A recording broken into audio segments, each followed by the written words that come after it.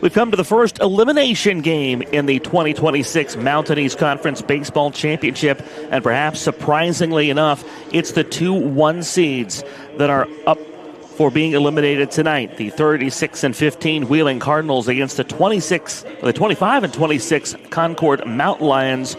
The winner advances in this tournament. The loser sees their season come to an end. With Jack Withrow, my name is Eric Little. Happy to have you with us on the Mountain East Conference Digital Network. And Jack, this Wheeling team, we'll talk about them first.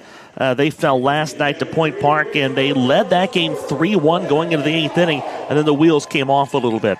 Well, I'll correct you one time. Wheeling fell to Glenville State. Sorry about 14-7 yesterday. The wheels came off quickly for Wheeling yesterday. Yeah, I had that one in my head, and I corrected it the other way. Wheeling fell behind 4-0 in the first inning, and they never really recovered. Never did. Glenville State, the 3 seed out of South, like you guys talked about, they got out to the lead and never looked back in the rearview mirror and defeated Wheeling 14-7. Now, Concord, that was a tough defeat last night in some unwelcoming conditions here. It was a rainy, cold, windy night last night, and Concord and Point Park battled right to the end. Of course, Point Park winning that one 6-5, and they move on. But these two teams, they've seen each other twice this year up in Washington, PA.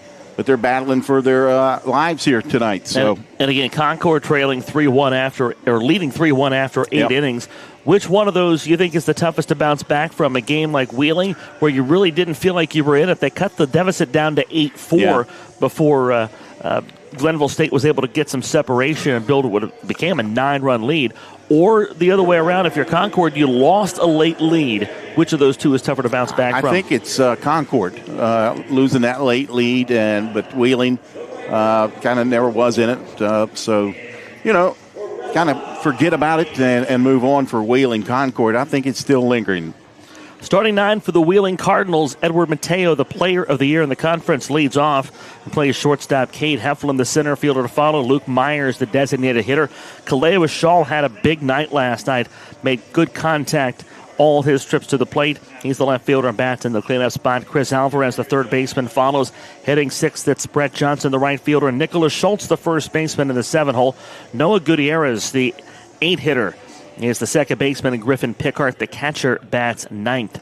Against Caden Varela-Payne, a right-hander who pitched in last night's game, came on in relief, got some clutch outs for Concord, and again, wasn't enough for the Mountain Lions last night, but pitched well in relief for the Mountain Lions. Yeah, he did. Came in, pitched 1 inning, gave up 1 hit, 2 strikeouts for pretty much their ace of the pitching staff.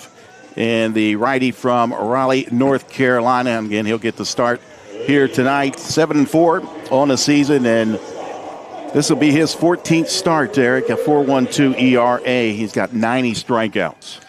The relief appearance last night, his first of the season. Varela-Payne ready to go. The pitch swung on and missed by Edward Mateo, and we're underway at 7:16 this evening on a beautiful evening for baseball in West Virginia's capital city.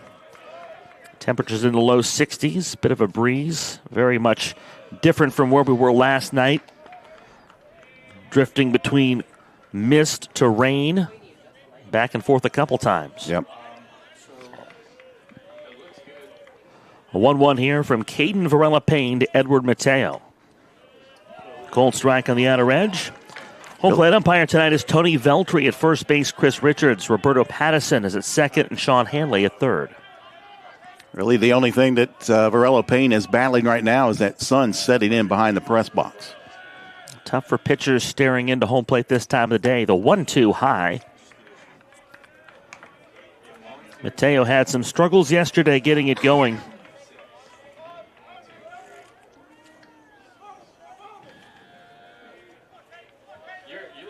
And a hit in the first inning. And hitless in 5 tries after. Swing and a miss here. And Mateo down on strikes to open up the ball game. Came upstairs with the fastball, 91 miles per hour, and located on the outside part of the plate. And Mateo goes down. Couldn't catch up with it. Cade Heflin bats for Concord. It's Lucas Cannon in left, Dawson Gregg in center, Jared Laverne in right, Tyson Burke at third, Nick DeSanti the shortstop, Dawson Maynard at second, Sam Stowe at first, and Austin here catches ball one downstairs from Caden Varela Payne to Cade Heflin. Wheeling easy to spot in those monochrome red tops, red pants, black pinstripes. Concord in the white. Boy, there you saw Varela Payne duck out of the way with that sun in his face.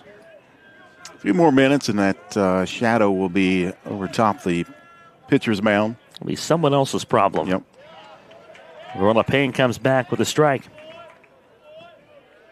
Heflin, a sophomore out of Marietta, Georgia. Bats from the left side.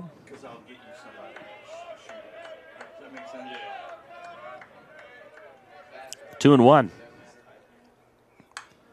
Heflin fouls it to the screen.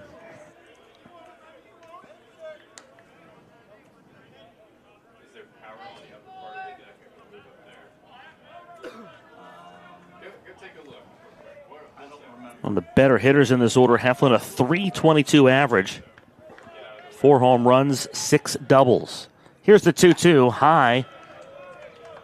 In the shadow of the Jaeger Airport, Heflin has his tower buzzed, 3-2. You ever flew out of Jaeger? I have. It's an experience. Flying in as well. Jaeger International. The 3-2, sliced foul wide of third base past the grandstands. Folks out enjoying the sunshine today.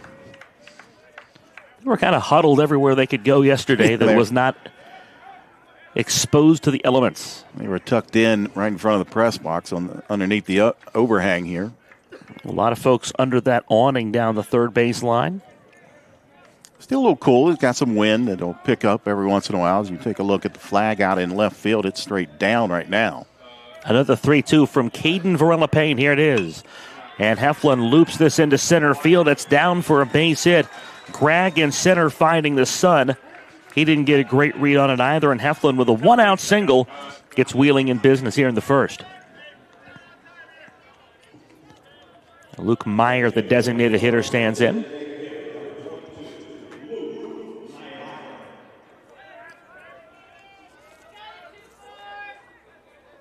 All 6 teams in this event have now played at least once.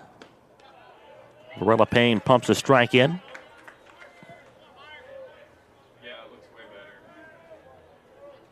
Frostburg becoming the first home team to win a 12-6 victory over Charleston a moment ago. Meyer holds up. That's outside. 1-1. They're talking about that flag out in left field now. It is straight out from left to right.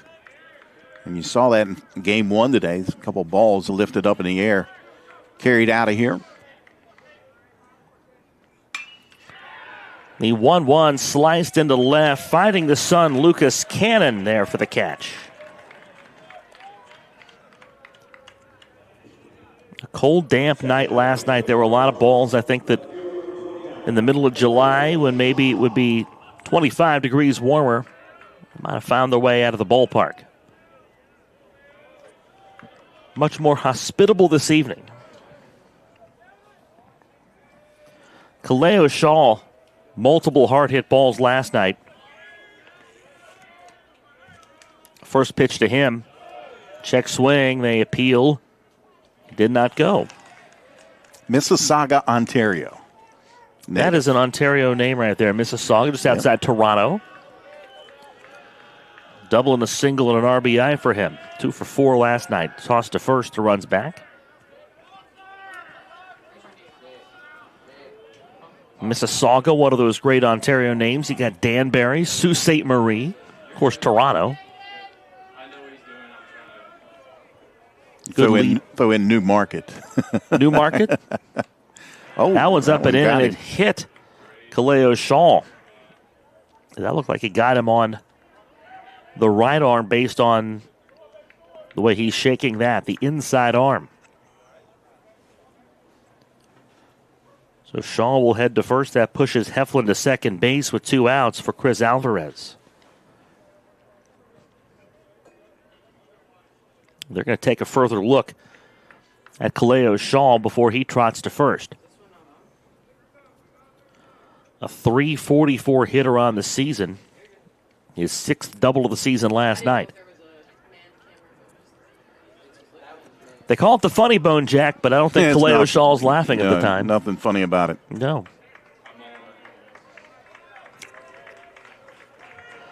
So 2 on with 2 outs for Chris Alvarez.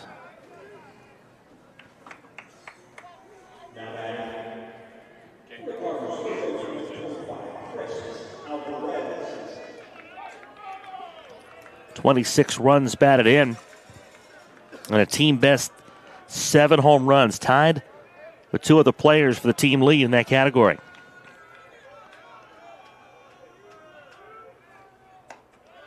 He takes the first pitch upstairs for ball 1 from Caden Varela-Payne. You surprised to see Varela-Payne start after relieving last night? No. I think we said it's do or die. Got to get it done or you're going home for the summer. The 1-0's up and in, 2 balls and no strikes. And on top of that, Varela-Payne didn't really throw a lot of pitches last night. I think the head coaches ask themselves, what can I expect out of my players? Not necessarily what have they done in the past. Alvarez ready, the 2-0, grounded foul wide of third. And you see it, a beautiful evening in West Virginia's capital city. A beautiful Go-Mart ballpark, the side of this elimination game, Wheeling and Concord. Look up and down the roster here for Wheeling. They've got some pop in the bat. Second best in home runs in the Mountain East this year behind Point Park. Managed just the 1 touchdown last night in a 14-7 loss. Alvarez ready, the 2-1 upstairs. So trying to figure out why Glenville State didn't go for 2 early in the 5th inning there. Can't chase points, Jack. That's true.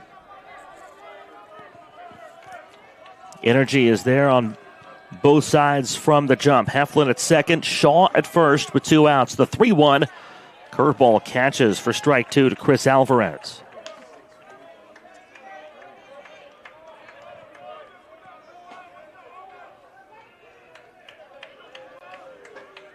The senior out of Miami, Alvarez, ready for the 3-2 and a swing and a miss. Bookend strikeouts for Caden Varela-Payne. K for Caden, K for a strikeout. And Wheeling leaves 2 on in the top of the first. Concord grabs the bats after this. You're watching the Mountain East Conference Baseball Championship presented by the Health Plan from Charleston.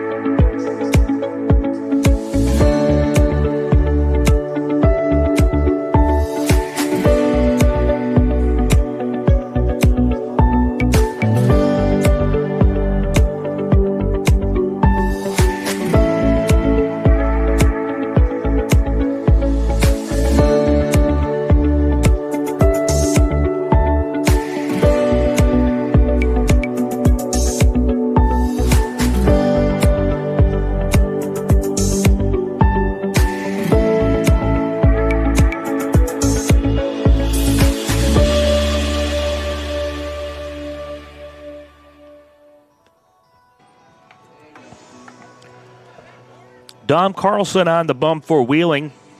No score, bottom of the first inning. Couple runners aboard in the top of the first for Wheeling. Concord's Caden Varela-Payne got out of the jam unscathed.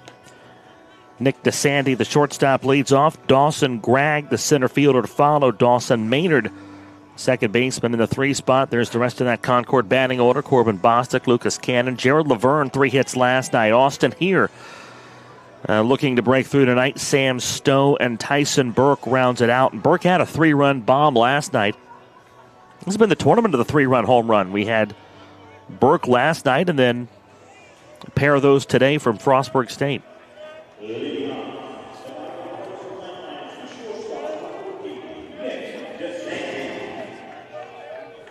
Dom Carlson, a 3.52 ERA, 6-2 record. This is his 13th start of the season. Pitch outside for ball one. A mistake and a 2-run home run from Burke last night. Richard, sophomore out of White House, Ohio. Popped out of play. A ball and a strike from Carlson to Nick DeSanti. Carlson has not come out of the pen. All 13 of his appearances have been starts.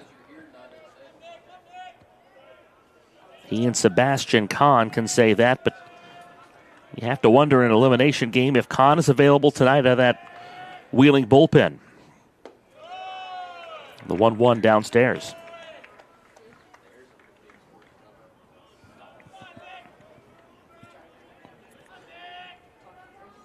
Two balls and a strike, and that one is looped to the right side. Stays fair, gloved at first. Nicholas Schultz steps on the bag, one away.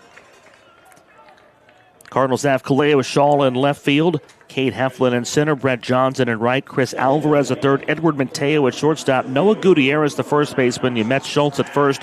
Griffin Pickhart catches Dom Carlson. Dawson Gregg stands in. Carlson's last outing only went 2 innings against West Liberty last weekend. Gave up 4 hits, 4 runs, all 4 earned runs. 2 walks and a strikeout. So not the way he'd want to enter the Mountain East Conference tournament. But I think sometimes, Jack, that gets a little bit to where it creates that momentum. Or not momentum, but motivation's the M word I'm looking for. Downstairs 2-0. Want to erase the memories of that previous outing.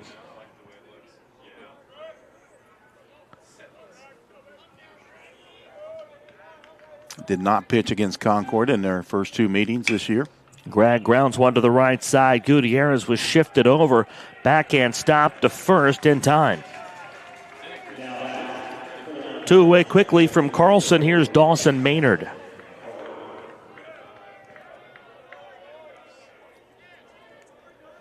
Again, 62 innings of work this year for Dom Carlson. Second most on the staff behind only Sebastian Kahn, last night's starter, who was chased in the 4th inning.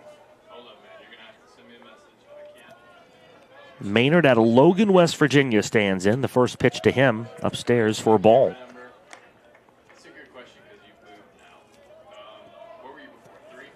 Jack, this feels like it's going to be one of those games where we see momentum shift a few different times throughout.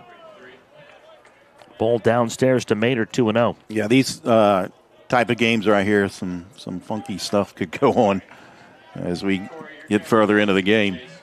At the 6th inning on, I feel like you're going to see some guys really lay it on the line. Strike called. Not that they won't in the first 5, but I think when we get into the later innings, that urgency will pick up. And a lot of that's going to depend on how the offense breaks in the first few. The 2-1 downstairs. Again, Wheeling, a team last night that watched Glenville State go off to a 4-run first inning and get a quick start. Ball 4 to Dawson Maynard, a 2-out base runner. Here's Corbin Bostic. Whereas Concord really saw Point Park come to life in the last couple innings. Yeah. That's a terrific game last night between Concord and Point Park. We had a little bit of everything.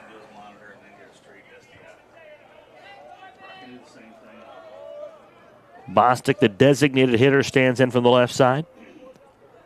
First offering to him, a cold strike on the inner edge. .319 average for Bostic, 10 home runs. A total that leads this team. The 1-strike pitch, pumped in for strike 2. Good start to the at-bat for Dom Carlson.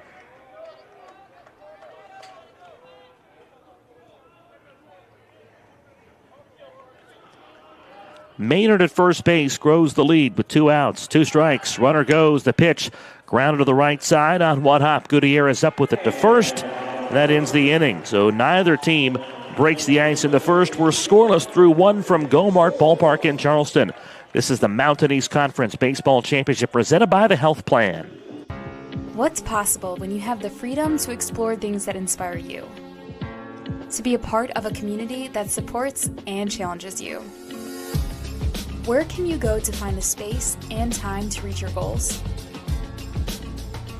Who can you become when you're able to make connections in a place where you belong? Find out what's possible at Frostburg State University. It's about unlocking your potential and discovering your purpose. It's about community and how we can better serve others. It's about learning and doing. It's about the journey and the road getting there. It's about opportunities and the endless possibilities. It's about finding where you belong, and it is here at Concord University. It's about you, and it starts with you.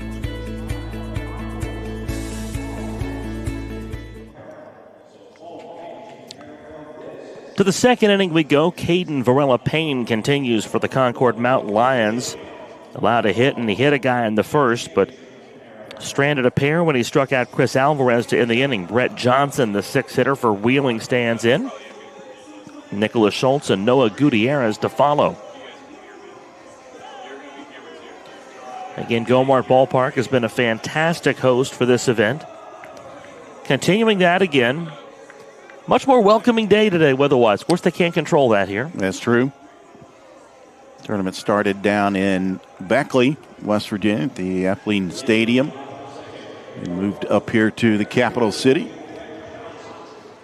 Beautiful ballpark, beautiful setting here in downtown Charleston. Brett Johnson leads it off for Wheeling. Varela-Payne deals it, stroked into left field, and a base hit for Wheeling. Johnson on the first pitch of the second inning deposits one into left.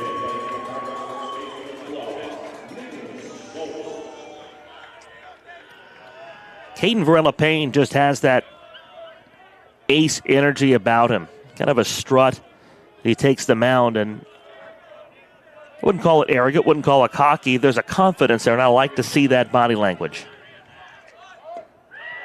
Schultz squares and pulls back. It's a ball low.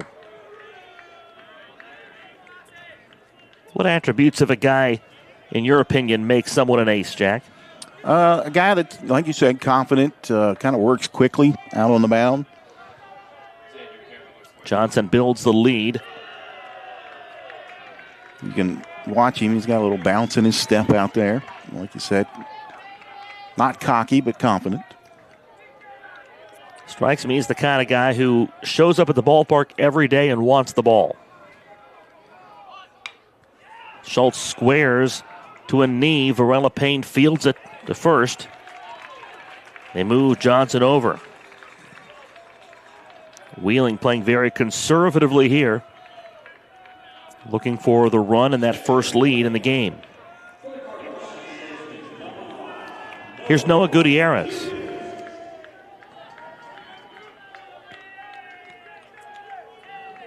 .369 average this year. Gutierrez 11 RBIs.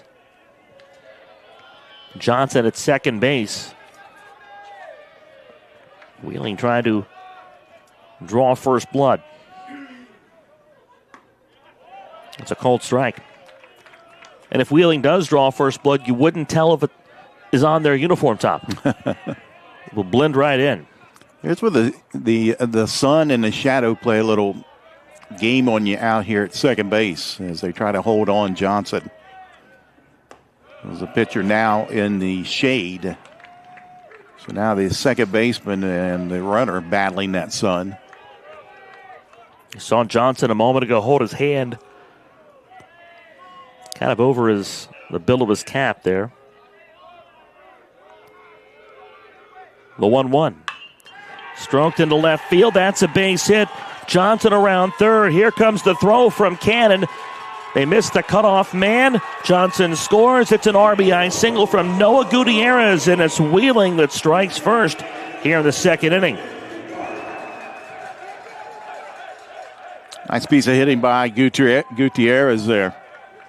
That's his 12th RBI of the season. Not a very good throw coming in from left field, though, as that one hops. A pop gun from Lucas Cannon. Here's Griffin Pickard.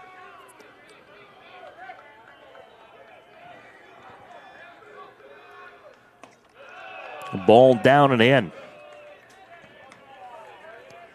A 36-win Wheeling team. Last night, just the 8th time they'd lost to a Mountain East Conference team all season. Toss to first, the runner's back.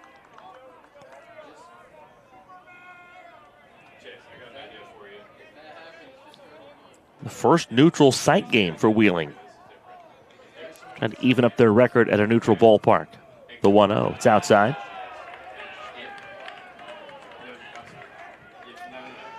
There's a Concord staff anchored by Caden Varela-Payne as well as Jonah Adams, the starting pitcher last night. He threw a gem for this.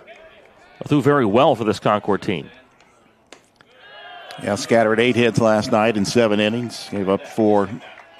Struck out 6. But yeah, the line not really indicative of how well he threw. The first 5 and 6 really strong innings. And he had some control issues. Hit 3 batters last night. And a 4-pitch walk puts Pickard on.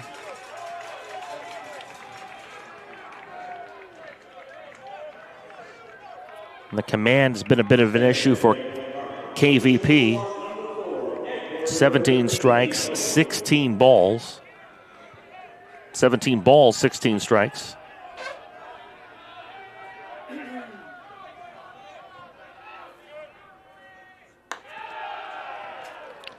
Edward Mateo.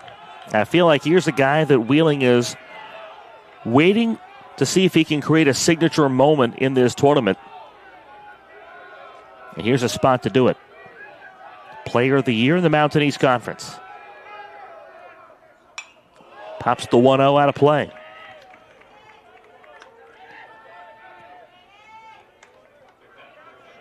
And Jack, we really haven't seen any of these pitchers for either of the 6 teams that play come out and be dominant in that first outing. Well, like you said last night, Jonah Adams threw well, but then got himself into some trouble in the latter innings.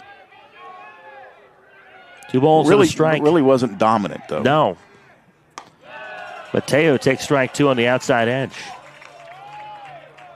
I feel like this is a tournament that's just begging for someone to come in and throw 6 scoreless, 7 scoreless. And just shut somebody out.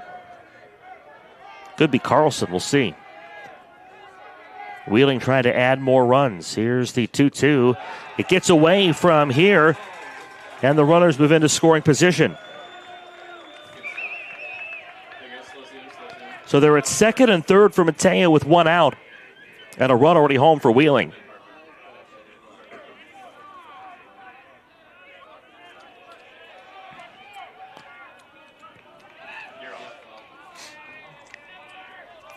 They score that a wild pitch. Wheeling stranded 2 in the first. Try to capitalize here in the second. A run already home. The 3-2 pitch to Mateo is high. Ball 4. Second walk of the inning issued by Caden Varela-Payne. And again, for both of these teams, Jack, they played last night, so how deep can they go? How quickly can they go to the bullpen? Concord starts to stir down in that direction. Well, the answer to that is as deep as they need to get the job done. Yeah, that's valid. They did get 7 innings, Concord did, out of Jonah Adams, as you mentioned. They used 4 pitchers, of which Varela-Payne was one of those guys.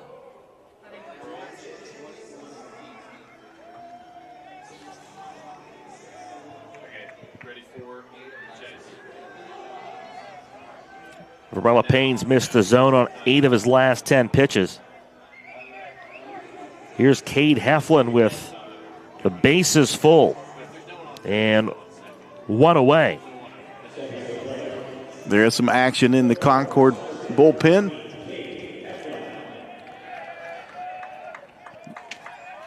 Got the old school bullpens right out on the field here at Go Martin Ballpark. I saw Logan Darrow down there. Heflin takes a strike on the outer edge. A home run from Cade Heflin last night.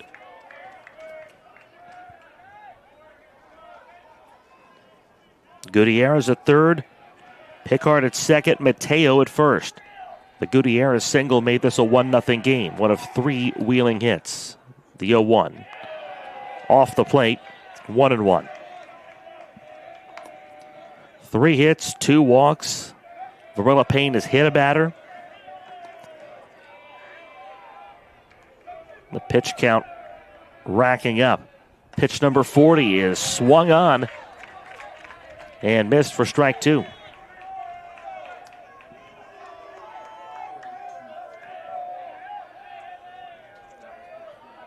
This will be pitch 43, so my stat program is slow.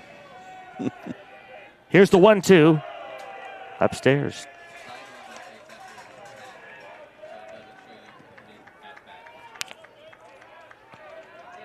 Two balls and 2 strikes to Cade Heflin. Nowhere to put him. Wheeling trying to grow a 1-0 lead. Caden Varela Payne, the leg kick, and the pitch is outside. Luke Meyer, the designated hitter, in the on-deck circle. One of the team leaders in home runs. Varela Payne's got to bring it. The 3-2 hit in the air towards center field. Greg got a late break on it. It drops in. Gutierrez scores right behind him. Pickard will score. The ball bobbled to third. Goes Mateo. And it's a 3-0 Wheeling lead on Cade Heflin's RBI single. It's a little flare out to center field. And like you said, Greg playing back got a late jump on it. And then the throw coming in. First baseman in Stowe could not handle it. And that allowed the runner at Mateo to go down to third.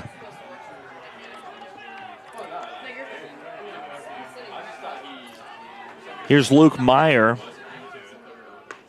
Swung on and missed for a strike. A tough play for Greg to make. The sun field is center field here at this time of the day. He broke late.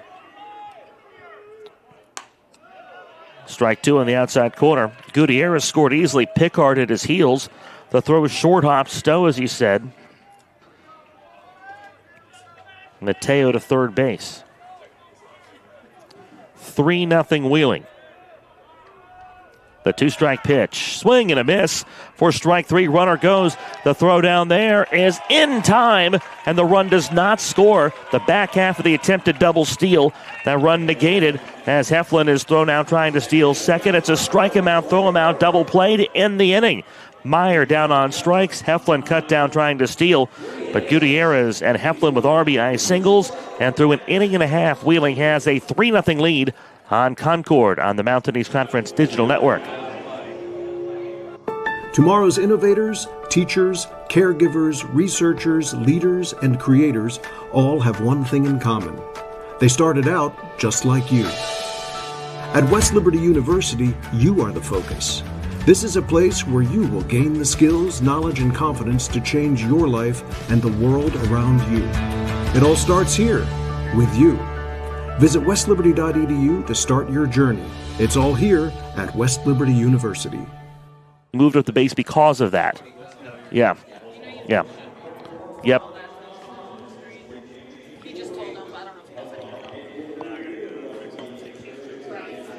Dom Carlson staked down to a 3-0 lead. He retired 3 of the 4 he faced in the top of the first. Wheeling broke the ice with Noah Gutierrez's RBI single, and then Cade Heflin added 2 more. And now a pretty comfortable lead for Dom Carlson. As they play Surfin' USA here at Gomar Ballpark, he's going to feel like he's cruising. Everybody has an opinion on the playlists at the ballparks. I was trying to lean into that one, saying that he's that's a beachy, groovy cruise song. Mm-hmm. Yeah, I get it. Carlson trying to be in that cruise. Cannon, Laverne, and here, and Justin Laverne had a really strong night last night. That he did. 3 hits for him, a big double. Drove in 2 runs. So here's Lucas Cannon. The leg kick from Carlson, the pitch. Down and in. Carlson used just 14 pitches to get through that first inning.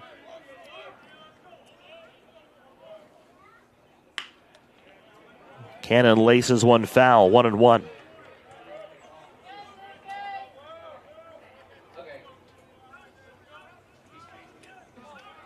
Much better day here in the Kanawha Valley. You can see a long way past that right field fence.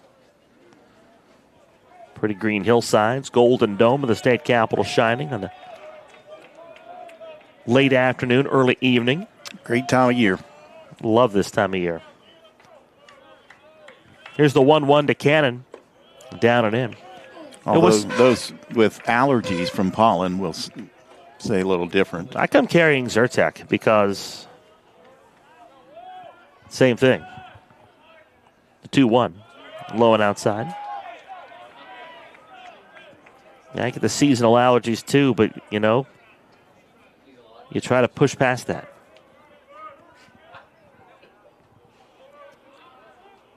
Hitters count 3-1 to Lucas Cannon. Takes outside for ball 4. Second walk from Carlson. Concord's got the leadoff runner aboard for the first time.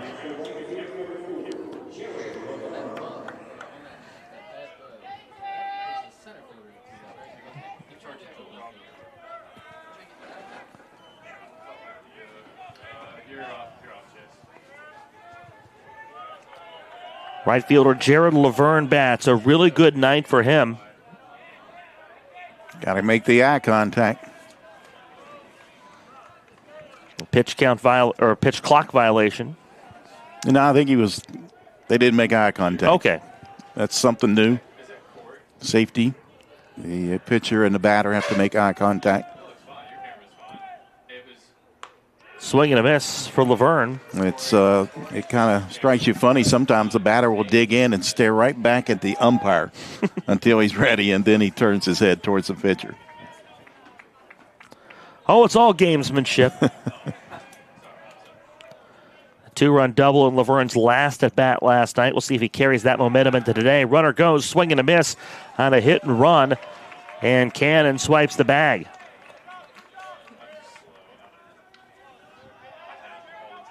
Pickard a bit screened by that swing and a miss.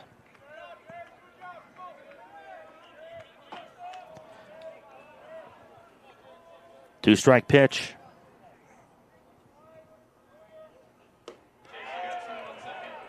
Just missed. A little low and inside. Plate umpire and Tony Veltri. He's had quite the week here for baseball. He did he umpired second base in that West Virginia Marshall game.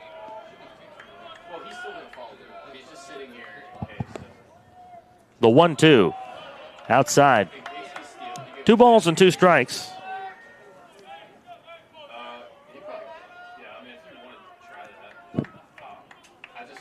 On that stolen base, I think if Pickard had maybe attempted a throw, you might be able to draw an interference because Cannon was kind of out over the plate. Yeah, reaching over.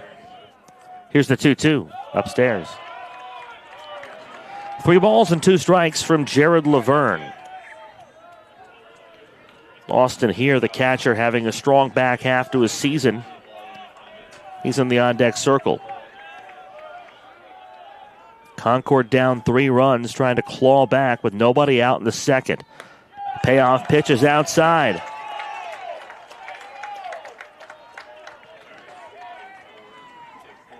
Opportunity here for Concord to answer those 3 runs in the top half of the inning.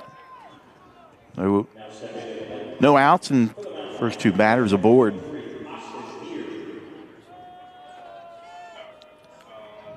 Austin here stands in. The walks here for Carlson, really the lone blemish. 25 walks this season now in 62 innings of work. Good mound visit here from Griffin Pickard to try to settle his guy down and say, hey, you got a 3-run lead, throw strikes.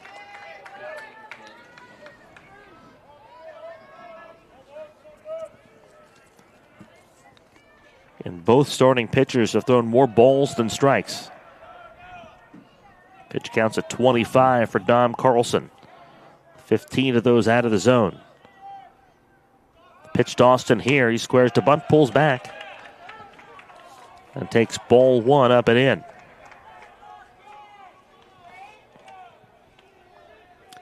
Here hitless in 4 tries last night. He hit in 9 of his prior 12 games with 9 RBIs in that span. The 1-0 down and in. So we make it 9 of 13 games that he's hit safely in. The senior catcher out of Centerville, Indiana. I hope that's right in the center of the state of Indiana. It had better be. Yeah. Or else that's a misnomer. Yep. The 2-0 high, 3-0. Indianapolis is really in the heart of Indiana. You got Noblesville around there. You go north and you find Kokomo. All those places. Messed around in Indiana a time or two in my life. 2 on, nobody out. The 3-0 down and in. Another 4-pitch walk when the bases are loaded all on walks. Action in the Wheeling bullpen. A right-hander getting it going. And though you'd like to stick with one of your top arms, now the tying run is at first base.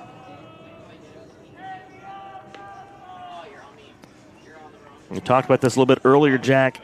We're going to see some coaching decisions and some strategy that plays out a little bit differently in an elimination game. Yep. Action in the bullpen now for both teams. As head coach Ryan Lewicki.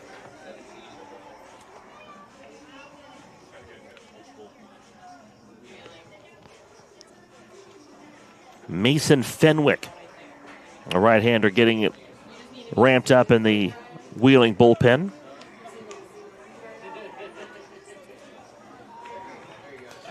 For the tomato-clad Cardinals. There's a pitcher for Wheeling warming up out in the bullpen. So here's Sam Stowe, the first baseman, in a big spot with nobody out and the bases full. Concord trails it by 3.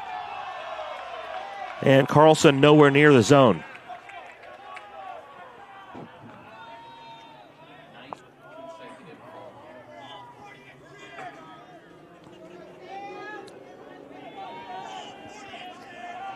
Five homers this season for Stowe. Pulls back and takes a cold strike after 9 consecutive balls from Don Carlson.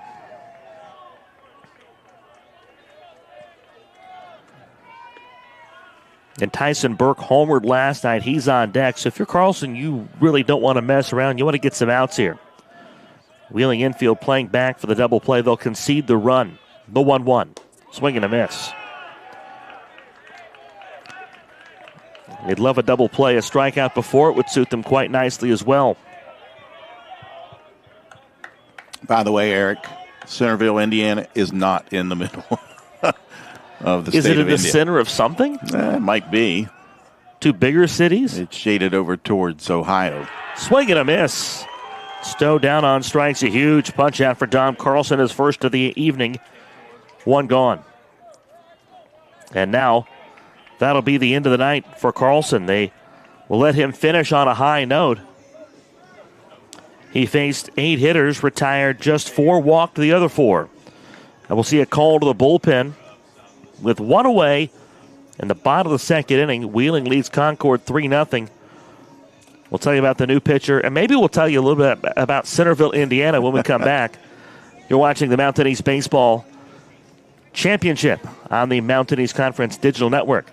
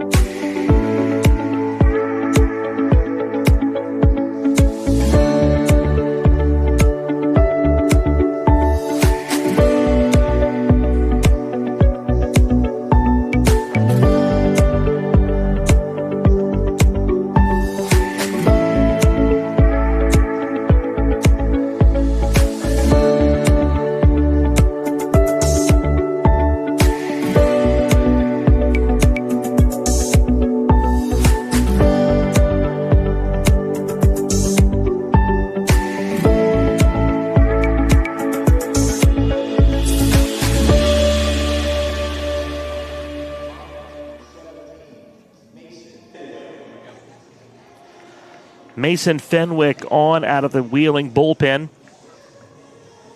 Concord threatening in the second inning. They've got the bases full. Dom Carlson struck out Sam Stowe. He's lifted after an inning and a third. He's responsible for all three on the base paths. No runs, 4 walks, and a strikeout. And Fenwick on, a right-handed senior. Yep, senior out of Mississauga, Ontario. Another player out of Canada for Wheeling. Fenwick, a 3-3 record and 12 appearances for 1.7 ERA. There you go. There's Centerville, Indiana. Again, it's halfway up in the state there, but Sorta. It's further to the east than I would have expected that. Right on the border of Ohio and Indiana. We fired up DOS, I think, to find this map. Thank you, Brian Shepard. I think somebody got their Tandy computer working over there.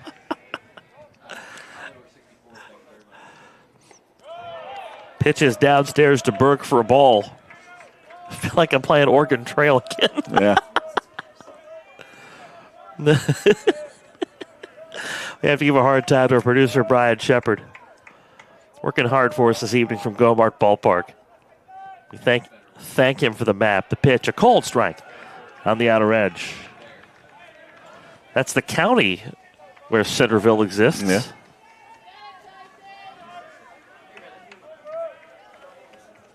Not far from one of our favorite places in Ohio, and you guys were talking about Kings Shot Island. the other way into right field. That's a base hit. Cannon scores. Laverne scores. To third goes here. They'll hold him there. It's a 3-2 ball game on Tyson Burke's RBI single into the right field corner. Burke came up with a big hit last night to put Concord in the lead for the first time, and here he is again. The Dunbar, West Virginia native, played at St. Albans High School for one Rick Whitman. Give some credit to Brett Johnson, too, cutting it off before it got into the corner, or else it would have been a tie ball game, and it still may be here. Nick DeSanti bats.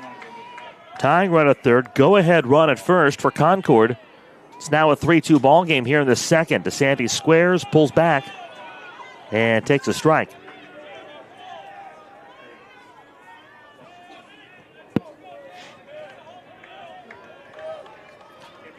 Burke singled the first Concord hit of the game. There's the eye contact again. They don't want anybody quick pitching is what they're trying to prevent here. Right. Rhythm works in a couple different ways. Here's the 0-1. Off the plate. Delayed steal. Runner goes. Throw is cut off. The throw to third. Safe.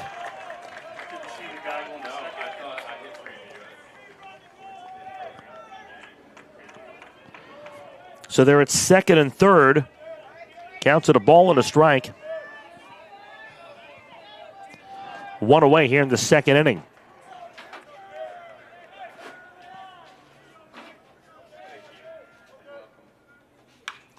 This one is shot into left center or to left field in the corner. It's down for a base hit.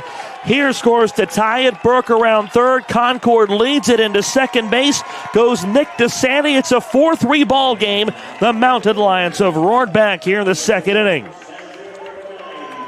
just dropped that one in perfect down the left field line for a 2 RBI double for DeSanti.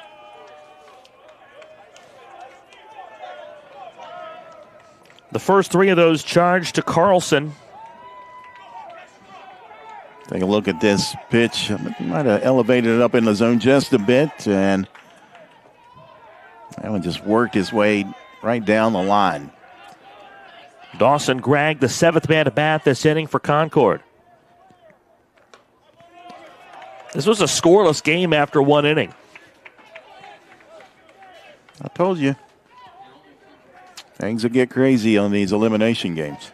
3 for the Cards in the second, 4 for Concord, and they're looking for more with DeSanti at second base. That one's down and in, swing and a miss.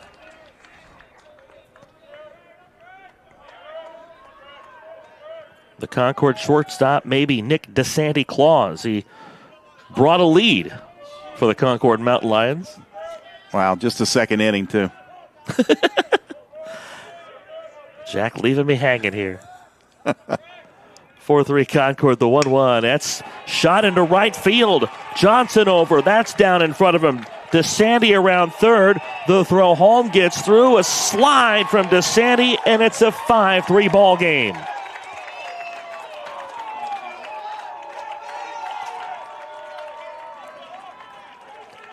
Fenwick has surrendered hits to all 3 hitters he's faced.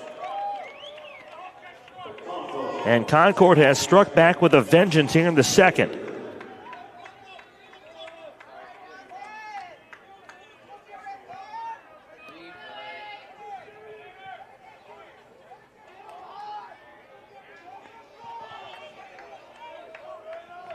First pitch to Maynard is a strike call on the outside edge.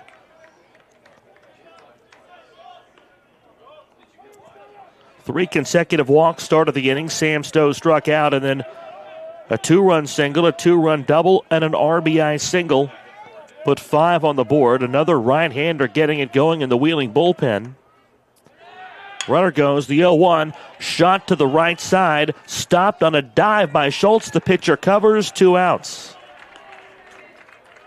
Good play by Schultz. Showing his athleticism over on the first base side. Maybe they get Gregg if he's not in motion there.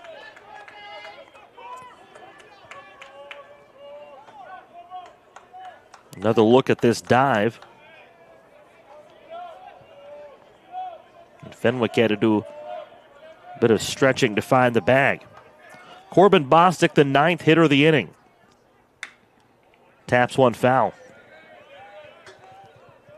3 walks, 3 hits this inning for Concord hitters. Gregg at second base, 8 combined runs this inning. You got to be careful with Bostic. 10 home runs, leads the team in that category, but left-handed hitter, he can elevate one here to right field. And again, you look at the flag out in left field, it is straight out. Left to right as we look down here on the playing surface, the artificial playing surface here inside Go Martin Ballpark. Switched this over a couple of seasons ago. The good thing is all these players out of that sunlight. So that should not be the issue it was in the early innings. The pitch, a cold strike. I say the early innings, we're still in the bottom of the second. We've been in the bottom of the second for quite some time. 19 minutes in this bottom of the second inning. If you're Wheeling, I would imagine it feels like time slowed down. 2-strike pitch outside.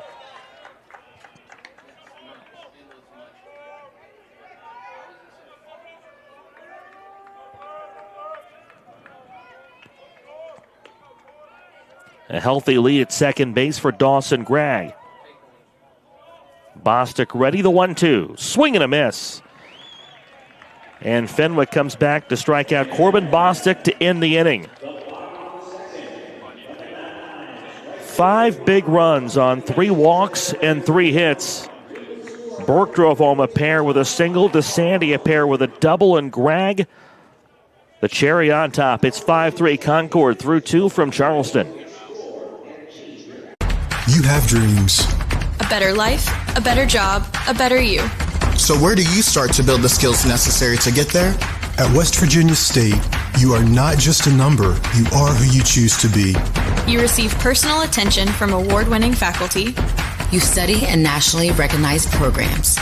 You learn the skills that will get you the job you know you can have. No matter where you want to go or what you want to do, it starts at State. Being a champion takes more than skill, more than endless drills, more than using your head. Being a champion takes the heart to give it your all, the agility to thrive from any angle, and the relentless drive to be the best. Welcome to Division II, where the pursuit is yours to create, and the question isn't, can you do it? It's, will you?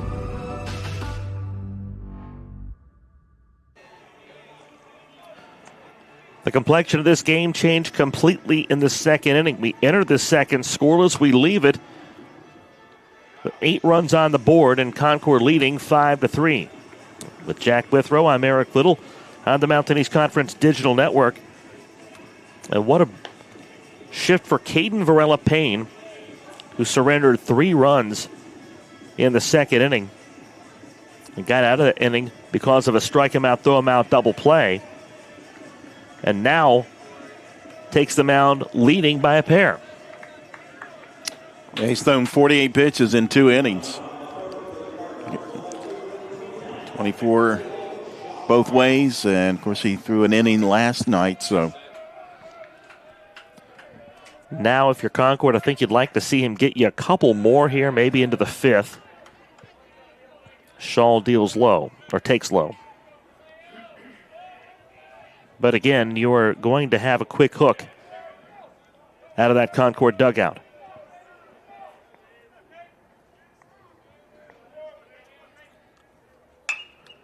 The 1-0 grounded to first. Stowe up with it. Steps on the bag. 1 gone.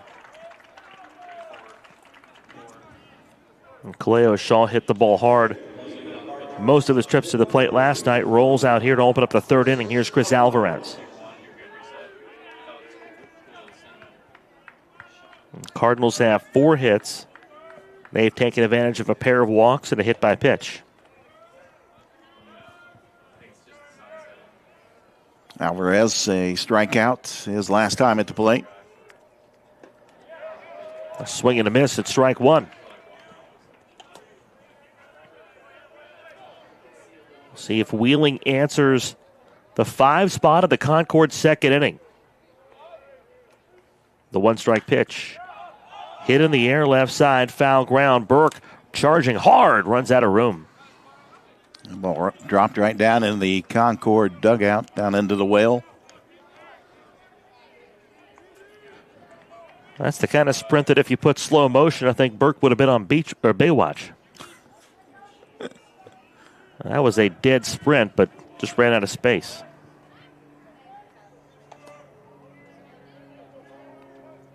Are you saying he looks like David Hasselhoff? Maybe. Okay. The 0-2 swing and a miss.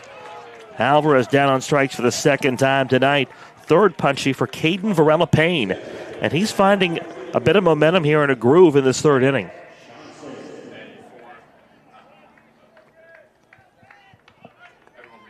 Brett Johnson led off the second inning with a single.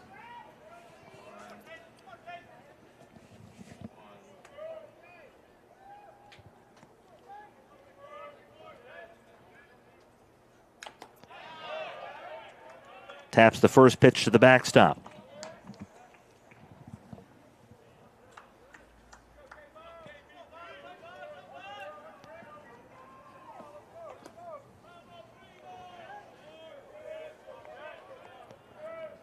Team best 12 doubles for the Wheeling Cardinals.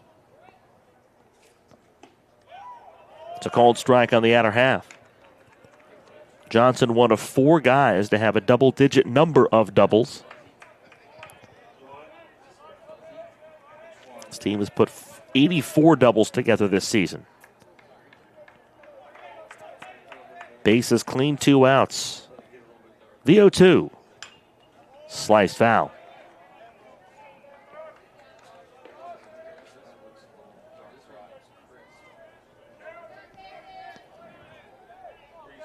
Much better crowd this afternoon and evening than what we had yesterday. Much better weather for baseball from West Virginia's capital city. Another 2-strike pitch. Johnson watches it high.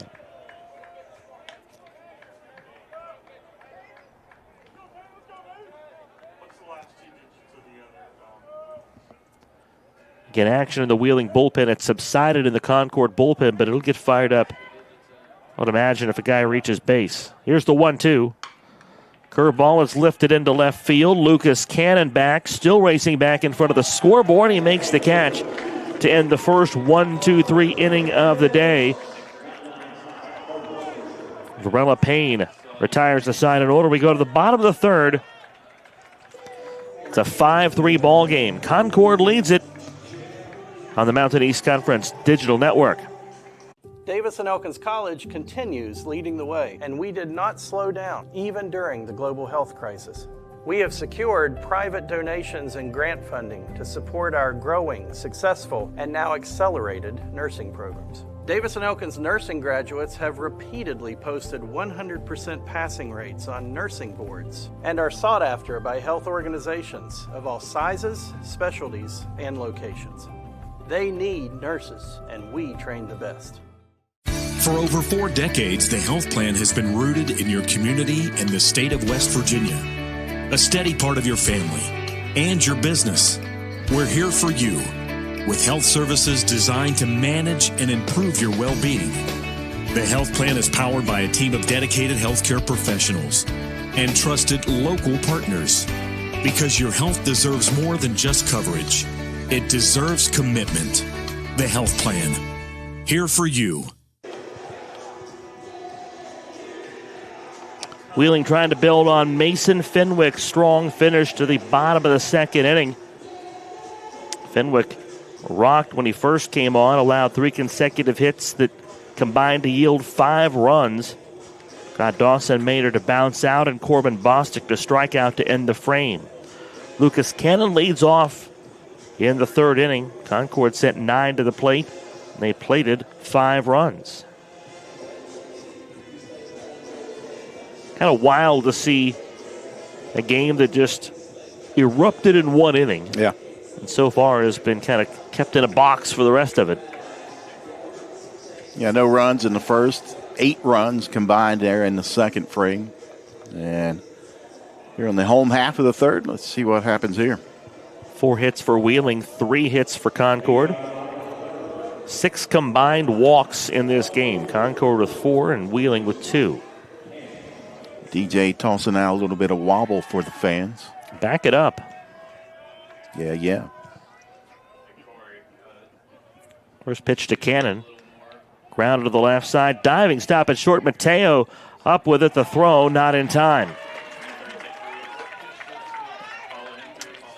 Yeah, that should be an infield single, Eric. Great stop by Mateo over at shortstop. Just not much he could do after that. Just great effort to stop that ball before it went into left field. Here's Jared Laverne. Wobble a much bigger hit in the south. Yes. Didn't really catch on up here. Well, I guess, are we in the south or north there? That's a debate debatable. as old as time. That is. Here's Jared Laverne, squares to bunt, pulls back. Well, I believe we're in the south because we're under the slaw line, which... The slaw line is a good way to look at that. The Jane Lew exit there on I-79. We were part of the Union in the Civil War. Most of the states below the Mason-Dixon line. Does the Midwest claim us? I don't think they do. That's a cold strike. 1-1 to Jared Laverne. The Mid-Atlantic states certainly don't.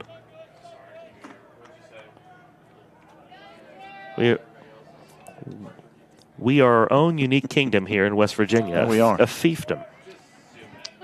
And we have cousins in Richmond, Virginia. Sure. A ball and a strike on Jared Laverne. At the very least, the wobble bigger in places other than West Virginia. Good line dance, though. Concord trying to get it going here in the second. Runner goes. Pitch bounced to the right side. Gutierrez up with it to first. one away. Took away the double play as Cannon took off for a second. Well, Boston here had come into this tournament swinging a pretty good bat. Still looking for his first hit of the tournament.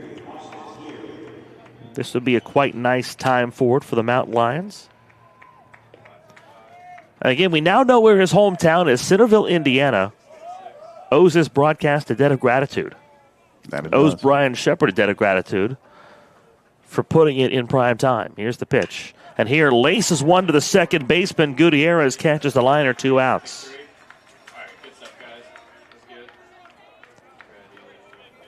That one found the center of Gutierrez's mitt. Here's Sam Stowe.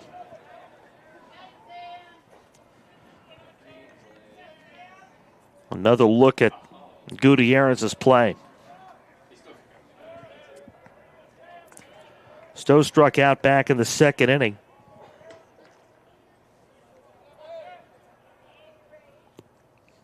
Fenwick misses outside. Stowe from Hampstead, North Carolina, Topsail Island area. Ooh. North Carolina, Hampstead, North Carolina. I was once in a beach wedding at Topsail Island. Is that right? Yes. I was the best man. The 1-0 swing and a miss. 1-1. A lovely couple, still married. Thank you very much. Were shoes required at that wedding? There was no shoes. That's my kind of beach wedding right there. Those are 2 words that blend very nicely together. Stowe hopes RBI single is in his future. That's called strike on the outer edge. 1-2. Cannon single to open up the inning, but Fenwick has come back to retire 2 in a row. Cannon at second base with 2 down.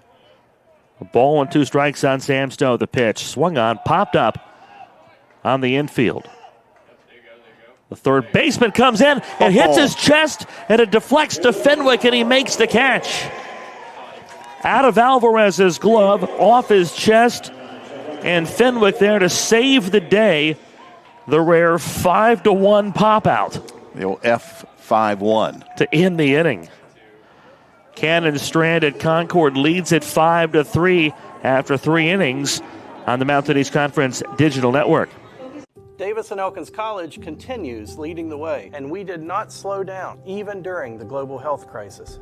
We have secured private donations and grant funding to support our growing, successful, and now accelerated nursing programs. Davis and Elkins nursing graduates have repeatedly posted 100% passing rates on nursing boards and are sought after by health organizations of all sizes, specialties, and locations. They need nurses, and we train the best. For over 4 decades, the health plan has been rooted in your community and the state of West Virginia. A steady part of your family and your business. We're here for you with health services designed to manage and improve your well-being. The health plan is powered by a team of dedicated healthcare professionals and trusted local partners. Because your health deserves more than just coverage. It deserves commitment. The health plan. Here for you.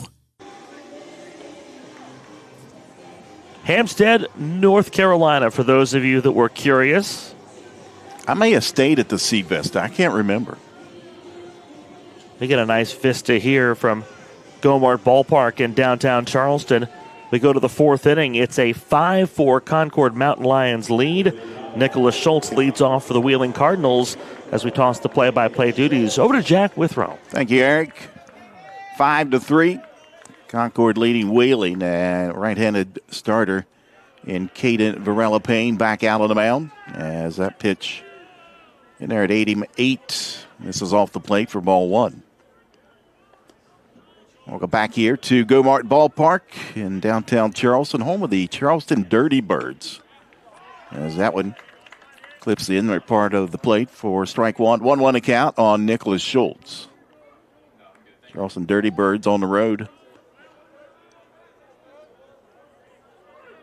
They've got a 4-game series against Staten Island. The Ferry Hawks of Staten Island. Charleston Dirty Birds winning 10-4 today. 2-1 to count on Schultz. Varela Payne working from the stretch, sets and deals, and that fastball in there at 89. Swing and a miss, 2-2 the count.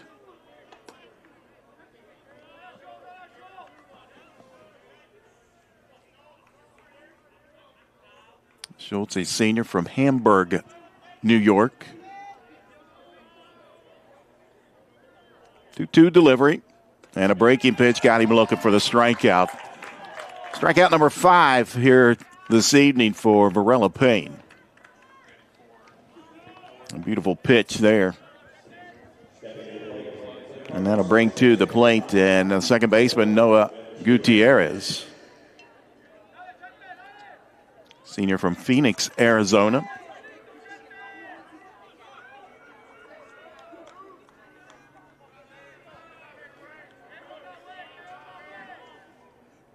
As he looks at that pitch off the plate outside for ball 1. Gutierrez singled, drove in a run his last time at the plate.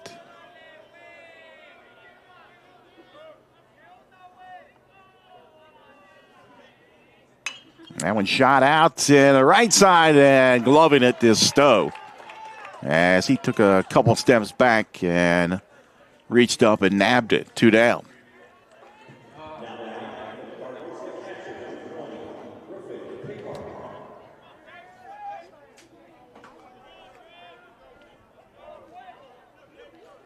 So with 2 outs, the catcher and Griffin Pickart will dig in on the right side.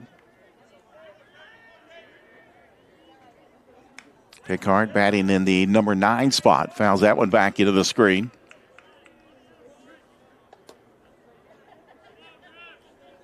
He walked in the top half of the second inning. Came around and scored. Part of that 3-run second inning for the Cardinals. That in there for a strike, 0-2.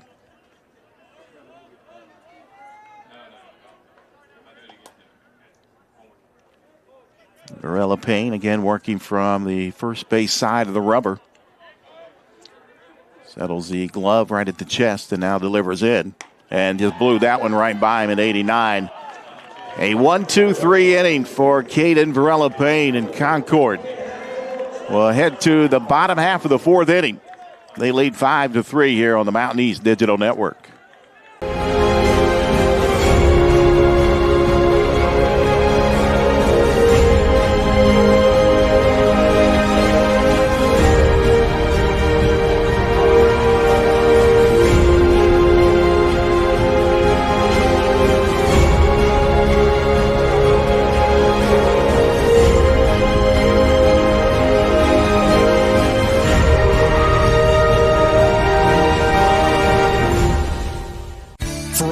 Decades, the health plan has been rooted in your community and the state of West Virginia.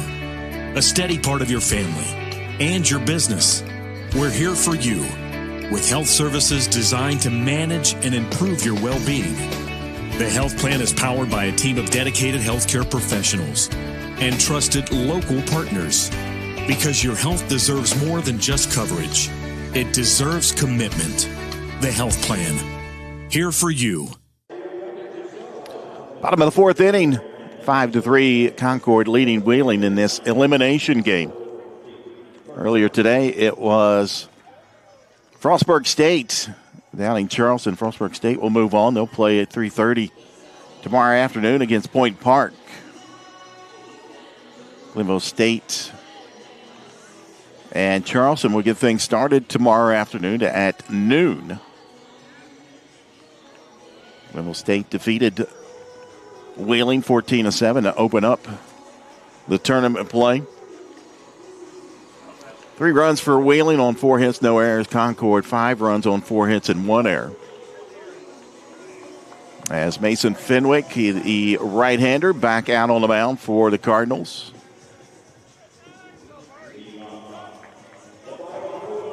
And leading off will be the third baseman for Concord, Tyson Burke.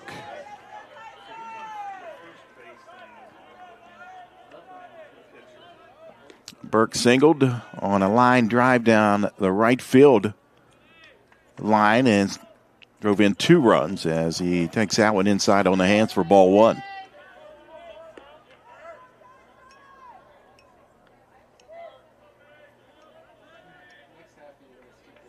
That was part of the 5-run second inning for Concord. As Fenwick sets and deals that one off the plate outside, 2-0.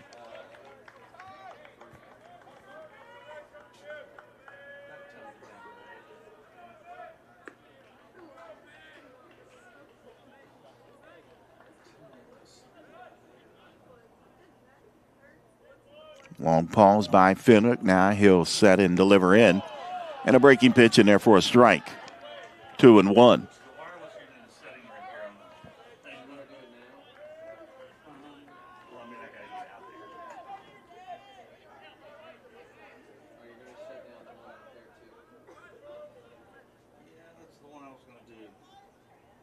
Another breaking pitch, and that one driven down the left field line. That's going to be extra bases for Burke as he turns and heads for second, and a stand-up leadoff double for Tyson Burke.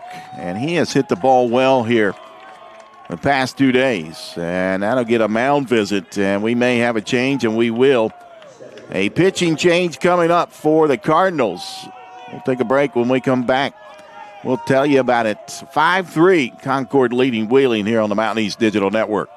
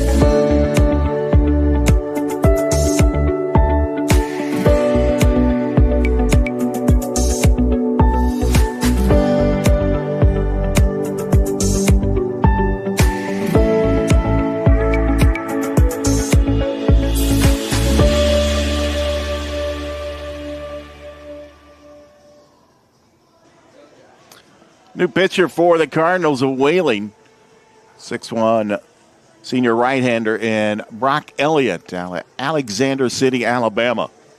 Will take over on the mound here in the bottom half of the 4th inning. Third pitcher of the ninth for Wheeling. You can look at his numbers. 15 appearances. 29 and third innings pitched. He's given up 20 hits, 7 runs, just 6 earned runs.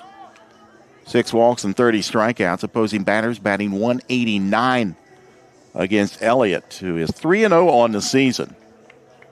And a .184 ERA. So leads the team in ERA. And he comes in with a runner aboard, no outs. And the top of the order back up for Concord and shortstop Nick DeSanti. DeSanti 1 for 2. He's got 2 RBIs tonight as he takes a hack at that one. Fouls it straight back into the screen.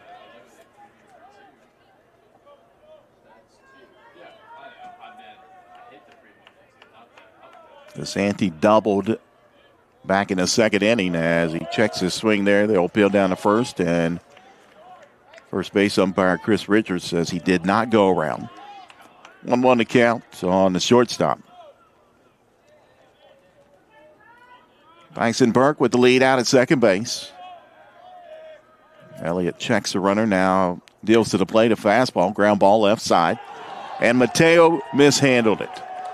And that'll allow Burke to move over 90 feet on the error on the shortstop.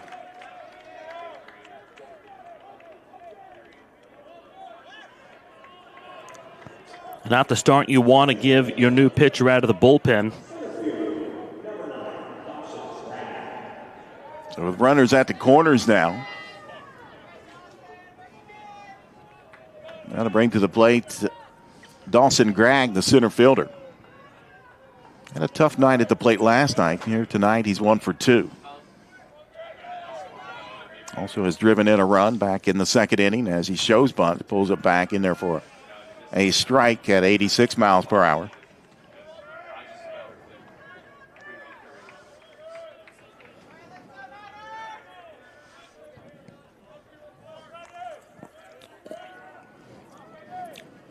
Gregg has grounded out to second base and then singled on that line drive to right field as that one's shot back into the screen. Folks ducking away in front of us.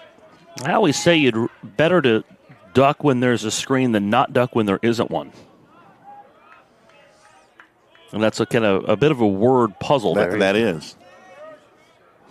Right? When to duck.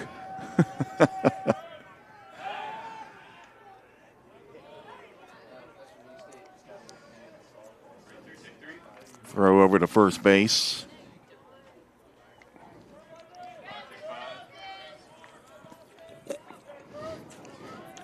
And now time is called, and there we go with the eye contact. Mountain East Conference softball tournament taking place down in Salem, Virginia this week. Frostburg State just eliminated West Virginia State. As that one catches the leg of Dawson Gregg. And now it went from bad to worse. That sounded like Brock Elliott hit metal or something like that. The Wheeling dugout has had questions of our home plate umpire, Tony Veltri. It was an odd sound. Kind of sound like you might expect if it hit a bone or the bat, but I bring up Dawson Maynard. Maynard 0 for 1. Drew a walk as he looks as a strike.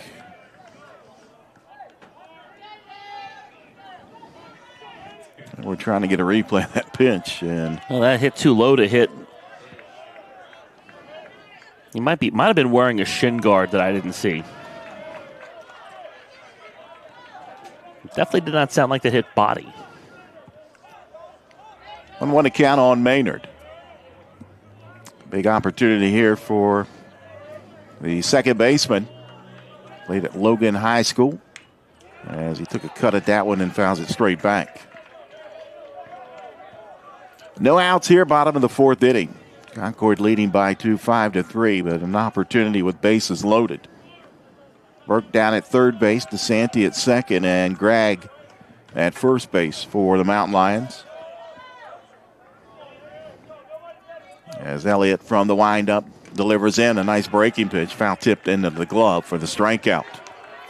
Well, the Mountain Lions have been gifted some really nice opportunities in this game, Jack, and they've taken advantage of that to some extent.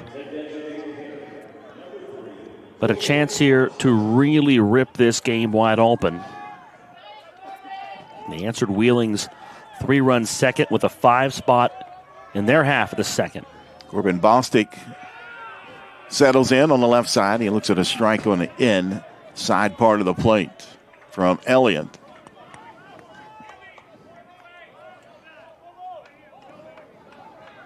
"53 runs batted in for Bostic, and he flares that one out in the left field. It could be deep enough as Shaw hauls it in. Tagging is Burke, and he'll score easily from third base to make it 6-3. So RBI number 54. Jack, we've seen in a couple games so far in this tournament, you just cannot tack on enough.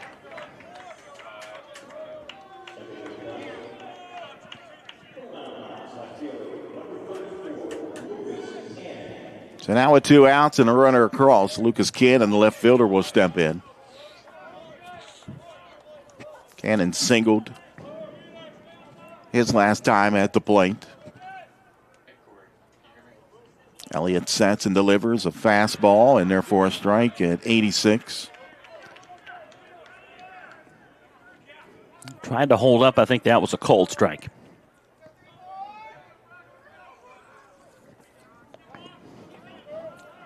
Runners go. Throw Well, no throw as the pitch down low.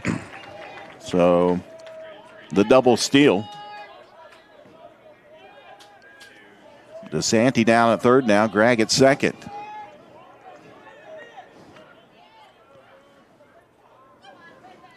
The 1-1 pitch popped up. Shallow center field. Gutierrez ranging back. He can't find it, but coming over and making the catch is Mateo to end the inning. But Concord adds a run. They lead 6-3 after 4 here at Gomart Ballpark on the Mountain East Digital Network. What's possible when you have the freedom to explore things that inspire you? To be a part of a community that supports and challenges you. Where can you go to find the space and time to reach your goals? Who can you become when you're able to make connections in a place where you belong? Find out what's possible at Frostburg State University. It's about unlocking your potential and discovering your purpose.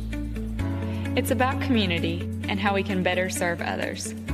It's about learning and doing. It's about the journey and the road getting there. It's about opportunities and the endless possibilities. It's about finding where you belong, and it is here at Concord University. It's about you, and it starts with you.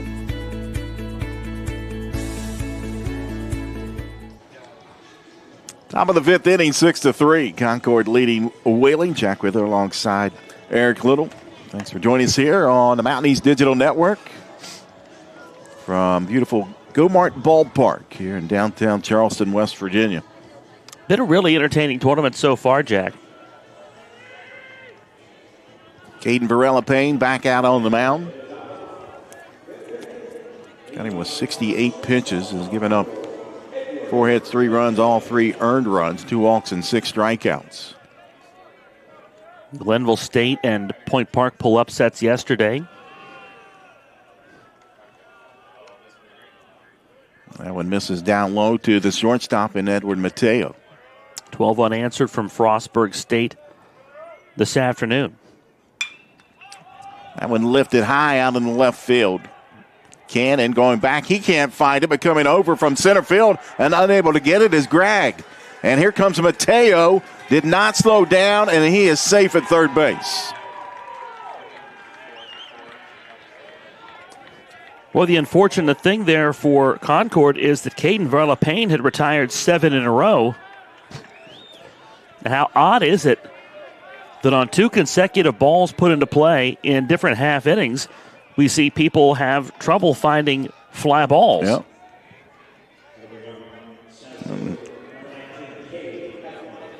He scored that a triple. And Gregg had to come all the way over to help out from center field. Got a glove on it, but couldn't come up with it. I know that a lot of times scorers lean on the whole idea of using the usual effort or regular effort to get to the ball. He did run a long way for it, but once he got there was somewhat camped. Heflin looks at that one, a strike, 1-1. You get some of the biggest arguments at a ballpark over official scoring decisions. Heflin has singled twice to center field.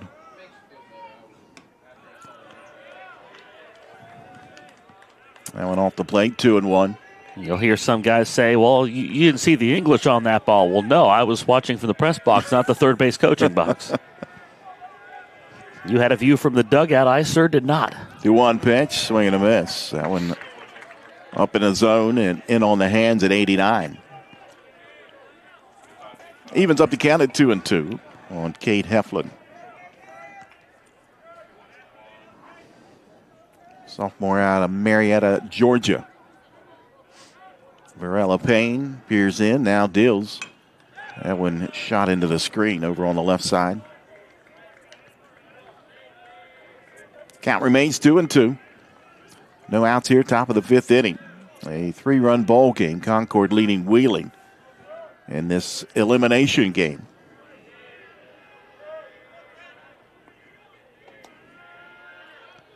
The 2-2 and a swing and a miss.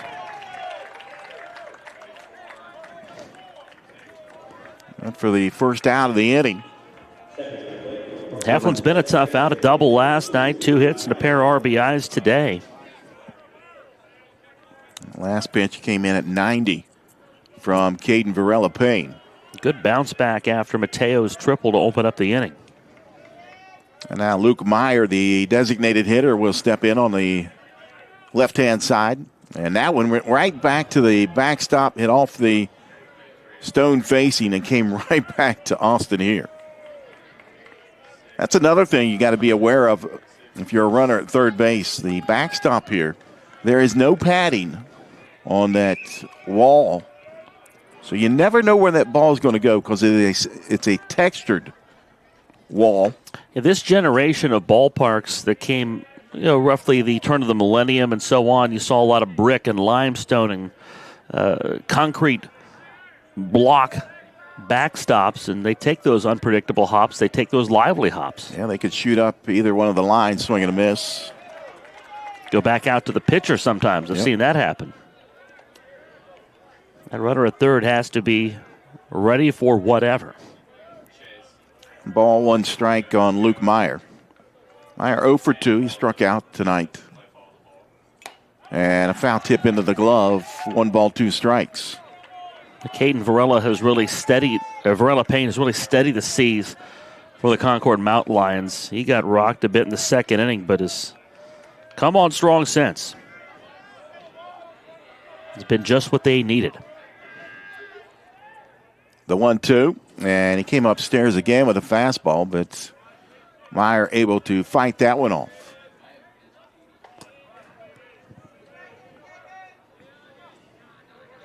Luke Meyer, a redshirt freshman from Trophy Club, Texas. And again, he battles and fouls that one back. That's pitch number 80, we're told. 47 strikes thrown for Caden Varela-Payne. Meyer has a say in what kind of trophy that is. The 1-2.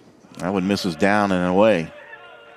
Evens up the count at 2-2 on Meyer.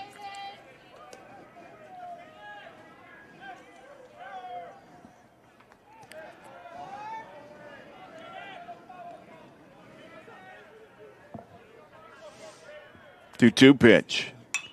That one popped up and out of play over top the third base dugout. Into the concourse area. May have reached the street over there. So we continue with a 2-2 count. 1 out, runner down at third base for the Cardinals. Pitch number 8 of the at-bat coming here from Caden Varela-Payne. And got him looking, painted the outer part of the plate. Meyer not happy with the call. He called third strike, the 8th strikeout for Varela-Payne. And now after giving up a leadoff triple to Mateo, he's 1 batter away from getting out of this jam and not allowing a run. Leo Shaw will step in, and that'll go to the backstop. The throw, and that'll get by Varela-Payne, and Mateo will score on a wild pitch. A lot going on there, but if Varela-Payne's able to make that catch, he's got to play on Mateo at the plate. I'll bounce back off of this stone wall to here, who slid down, made the throw, but it was just a bit behind Varela-Payne. I think that's one of the hardest plays in baseball to make. It's a timing play almost. It's a timing play, and the catcher's got to be in sync with the pitcher. There's a lot going on there and a lot to adjust to at once. And that's a play you really don't practice. I know they have PFPs. Sometimes they do, but it's something that's, on a back burner at times. PFPs in baseball parlance, that's pitcher's fielding practice. Yeah. And that's stuff like covering first base on a ground ball in the infield and things like that, or how to field bunts off the mound. But I'm not sure if PFPs include that particular play. And you don't know where that ball's going to go. Right. You're having the different angles. You're having to cover home. You're trying to watch the catcher. You're trying to make sure the ball doesn't come to you. And you're trying, as a pitcher, not to be taken out by the slide at home. Perhaps most importantly, yeah. There's a lot to consider there. And what kind of slide might depend on, that would dictate what kind of tag you put on. 1-1 to count on Shaw. Swing and a miss. 1-2. I feel like we might be about to hear from a ton of baseball coaches right now. Oh, I always do that in PFP. Well, we work on that. First day of practice. The 1-2 delivery and a fastball at 90 miles per hour. Struck him out looking to end the inning, but the Cardinals played a run here in the top of the 5th inning. 6-4, Concord leading Wheeling here on the Mountain East Digital Network. Tomorrow's innovators, teachers, caregivers, researchers, leaders, and creators all have one thing in common. They started out just like you. At West Liberty University, you are the focus. This is a place where you will gain the skills, knowledge, and confidence to change your life and the world around you. It all starts here, with you. Visit westliberty.edu to start your journey. It's all here at West Liberty University. Glenville State University offers cutting-edge programs, small class sizes, and dedicated faculty providing students with a personalized experience focused on their success. With the lowest tuition in the Mountain State, every student has the opportunity to achieve their goals. At Glenville State University, you'll find a community that supports, challenges, and inspires you every step of the way. From hands-on learning in state-of-the-art facilities to internships that connect you with real-world opportunities, we prepare you for the challenges and triumphs of tomorrow. Pioneer your future at Glenville State University. Home half of the 5th inning. Concord leading Wheeling 6-4. Brock Elliott back out on the mound, the right-hander. 4 runs for Wheeling, 5 hits, 1 error. Concord 6 runs on 5 hits and 1 error. Number 6, 7, and 8 hitters. Laverne will lead things off, the right fielder. Elliott came in after Burke's leadoff double in the 4th inning. DeSandy reached on an error. He hit Dawson Gregg, but then Elliott got 3 in a row to clean up the mess. Starting in a clean inning here in the 5th. First pitch, I was going to say, it hit off the leg, it looked like, of Laverne. And finally, the umpires call foul ball. He wasn't going to go, and then he saw that ball fielded. Wasn't immediately a foul ball call, but there's a better look. Right off the foot. Yep. 0-1 pitch. Dives down out of the zone. 1-1 to count on Jared Laverne, who walked his first time at the plate tonight and then grounded out to second base. Whatever the first time is that Jared Laverne gets out of bed, when that foot hits the ground, that's when he'll feel that. It'll be a little tender as that one's popped up and out of play over top the press box. Why is the ball of my foot hurt? Oh, that's why.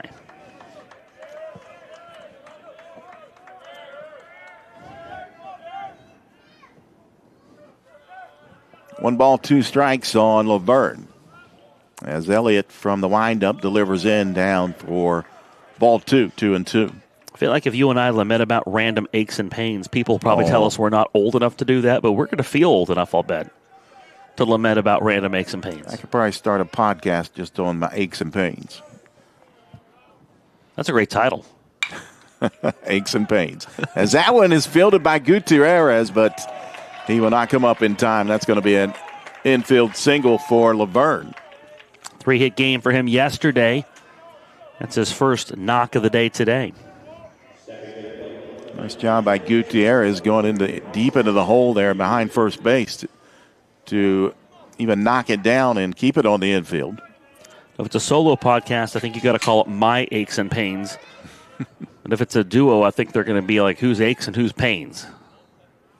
Like Hall & Oates, you know? Yeah. Austin here will dig in as he looks at the first pitch down and away for ball one.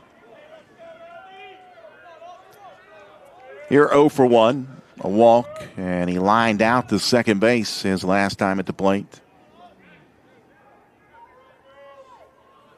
And again, shout out to Centerville, Indiana, as that one misses out of the zone, 2-0. Like the old Hee Haw show when they give the shout out to the random cities and they pop up in the cornfield. Population 1,500, which I think Centerville's probably larger than that. I'm just guessing. I went to the spring Bristol races last year with a buddy of mine, and at the hotel, I was flipping channels and Hee Haw was on one of the channels. I sent a screenshot to my brother and said, SNL looks different down here. Throw over. Chases Laverne back to the bag. I remember Hee Haw from growing up. I'd feel like I'd be at Grandma's house every Saturday evening, and I'd get her to turn ABC on for the college football game. And then as soon as the college football game over, went right to Hee Haw. And boy, that was that was a culture difference right there, you know. Keith Jackson to Grandpa Jones.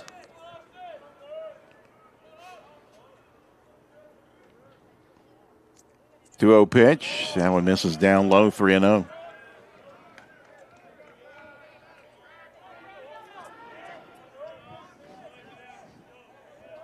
Tyson Burke out of the 9 spot is having one whale of a tournament, Jack. A 2-run home run from him last night. 2 hits today. That pitch gets it over for a strike, 3-1. I say that to say this. Normally, if you're wheeling, you tell your pitcher, hey, you're in the bottom of the order, so just attack these hitters. You got Burke looming, who's one of the hottest hitters on this Concord team. Runner takes off, no throw, ball 4. So no outs and runners at first and second for Concord, and Sam Stowe, the first baseman, will come to the plate.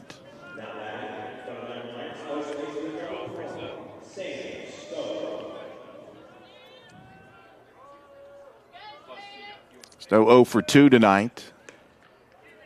He has struck out and flied out.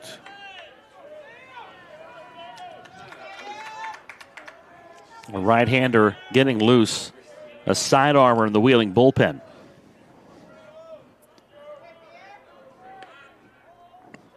Elliott delivers in. That one low for ball 1 to Stowe. See, a lot of teams build bullpens based on guys with different arm angles, and I'm becoming more and more a fan of that. Just the idea of throwing a different arm angle with each guy, just something different to adjust to for these hitters. And there's a pitch count violation, 2-0 now.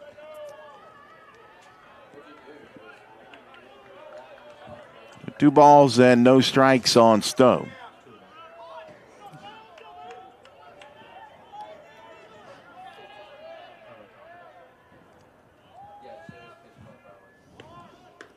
And pitch in there, 2-1.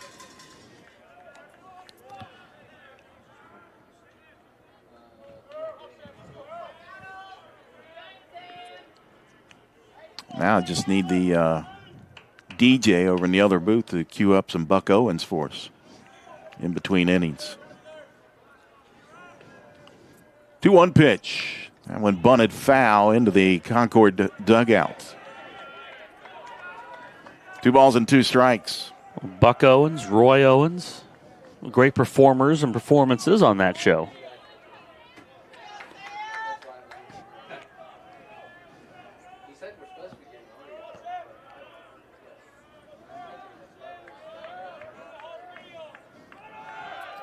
Swing and a miss. The ball gets away from the catcher, and Pickard, he can't find it. And here comes Laverne at the plate. He's safe. As the runners were going, so a strikeout, and Laverne will score.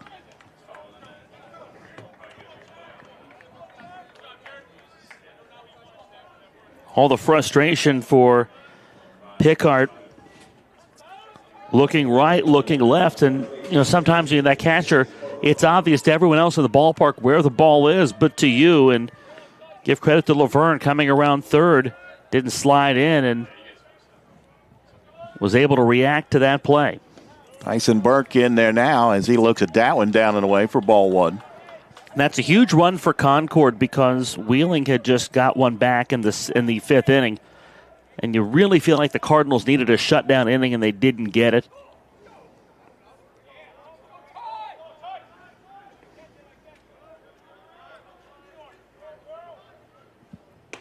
One pitch in there for a strike.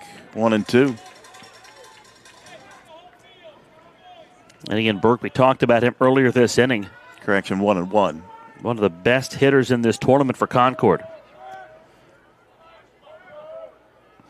Feeling pretty good about being just down the road from his hometown in Dunbar.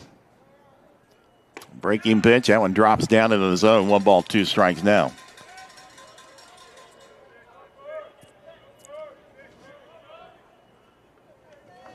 One out.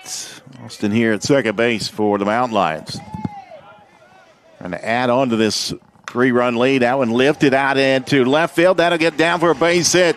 And here comes here. He'll score easily on an RBI single. And Tyson Burke continues to put the ball into play in the right spots. Jack, this is Tyson Burke's world. The rest of us are just paying rent. Not a hard hit ball, but just perfectly placed down that third base line. And I believe he has chased another pitcher off the mound here for the Cardinals as they're going to have another pitching change. We'll take a break. We'll come back, tell you who it is here on the Mountain East Digital Network.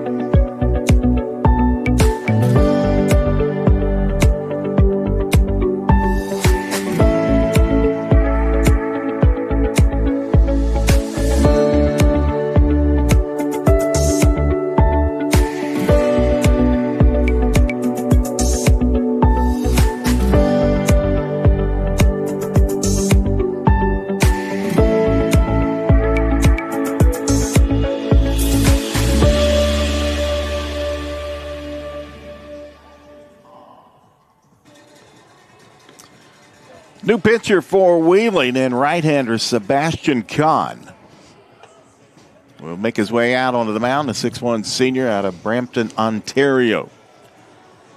This is one of those moves for Wheeling that feels like a pulling out all the stops kind of move. Kahn, the ace of this staff, just didn't have his best stuff last night and was lifted early. So pitching for the second day in a row after throwing just 2 1/3 last night, he allowed 8 runs on 7 hits, walked 3, and struck out 2. Now, we inquired about this early. We speculated about this earlier. Would he be available? And again, you're in a do-or-die situation. Yeah, everybody's available. Yeah. And again, it's not like they had anybody throw 7, 8 innings or anything like that. So this is one of those first really big moves of the tournament. So Kahn will take over on the mound. Wheeling down 4 runs. Concord threatening for more. They've already played at 2 here in the 5th. 1 out and a runner in Burke at first base. Kahn working from the stretch, delivers in on that fastball at 87. Nick DeSanti, 1 for 3 tonight. Ground ball left side, that'll go foul, the third base bag. It doesn't look like they plan to use him the rest of the way or to be that stopper. I think they just are trying to use him situationally because they've already got action in their bullpen. The 0-2 delivery. Swing and a miss. Runner on the delay steal is Burke, and he's safe. And the Cardinals kind of fell asleep on him. Yeah, Pickard didn't see Burke break for second base. The middle infielders didn't respond either. Excellent move to get him into scoring position. So now 2 outs, and Burke out at second base for center fielder Dawson Gregg.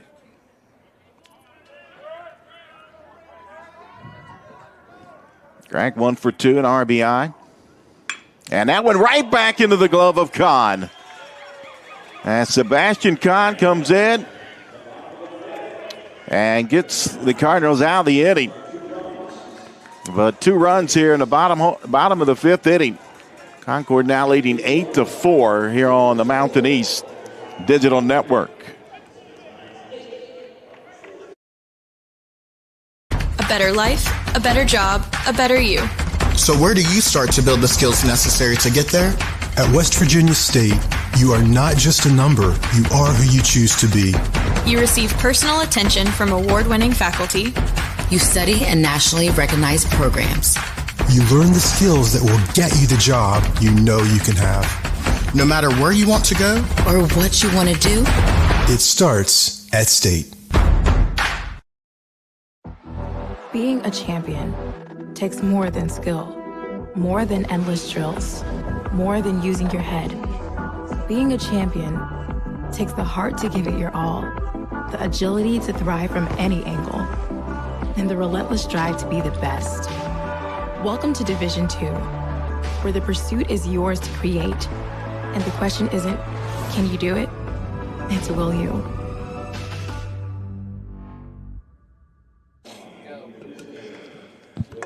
Top of the 6th inning, 8-4. Concord leading Wheeling. Here inside Go-Martin Ballpark, Jack Whitlow alongside Eric Little. Nightcap here in day number 2. Frostburg State earlier today defeated Charleston. Charleston into the losers bracket. They'll play tomorrow at noon against Glenville State. Point Park moving on. And Frostburg State tomorrow at 3:30.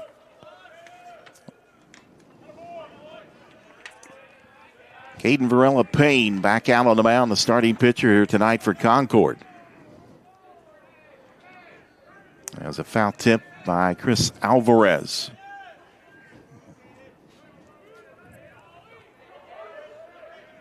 The 0-1 pitch, and that one lifted foul over top the first base dugout.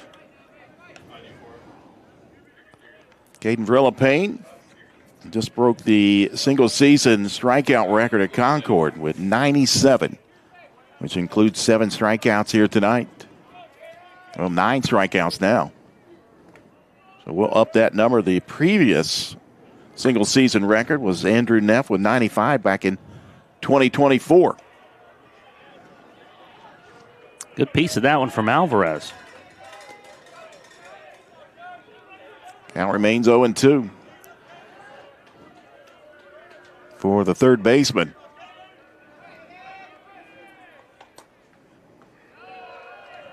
That one misses down low. 1 ball, 2 strikes on Chris Alvarez. He has struck out twice swinging.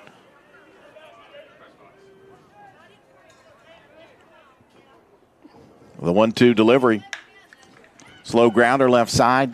Burt fields from the third base, and a nice dig by Stowe over at first base for the first out of the inning.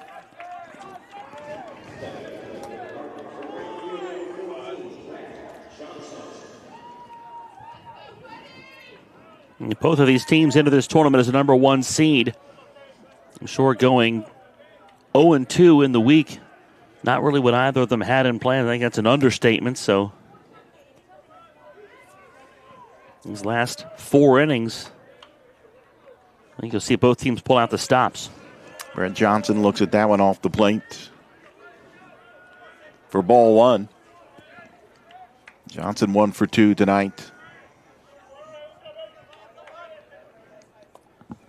1-0 pitch, swing and a miss, came up empty. Varela-Payne has retired 11 of the last 12 he's faced. Last fastball coming in at 88. A bumpy second inning for him. But the waters have calmed somewhat.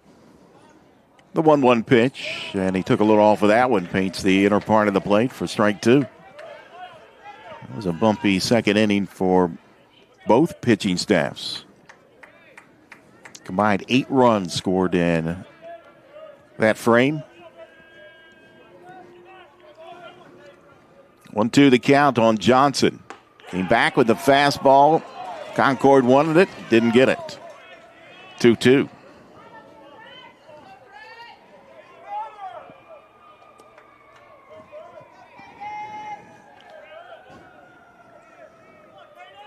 See if he comes back with the fastball or maybe something off speed. And got him with an off speed there. He did. That was a fastball. Maybe a slider on the right-hander for the strikeout. And now strikeout number 10 for Varela Payne. 2 down now. Varela Payne has put out the fire that lived in these Wheeling Cardinals bats in the second inning. That'll bring up first baseman and Nicholas Schultz. Schultz 0 for 1 on the evening. As he looks at that fastball, down and in for ball 1. He also a strikeout victim, struck out the last time at the plate. I'll tell you where the winner of this is really in the driver's seat. The winner of this is going to face a team that will have played for the second time on Friday. That one popped up in foul territory and right at the fence. Sam Stowe hauls it in. A quick inning for Caden Varela Payne. As we head to the home half of the 6th inning here in Charleston. Concord leading Wheeling 8-4 on the Mountain East Digital Network. Davis and Elkins College continues leading the way, and we did not slow down, even during the global health crisis. We have secured private donations and grant funding to support our growing, successful, and now accelerated nursing programs. Davis and Elkins nursing graduates have repeatedly posted 100% passing rates on nursing boards and are sought after by health organizations of all sizes, specialties, and locations. They need nurses, and we train the best. For over 4 decades, the health plan has been rooted in your community and the state of West Virginia. A steady part of your family and your business. We're here for you with health services designed to manage and improve your well-being. The health plan is powered by a team of dedicated healthcare professionals and trusted local partners because your health deserves more than just coverage. It deserves commitment. The health plan. Here for you. Bottom of the 6th inning, 8-4 Concord leading Wheeling. And back out on the mound is Sebastian Kahn.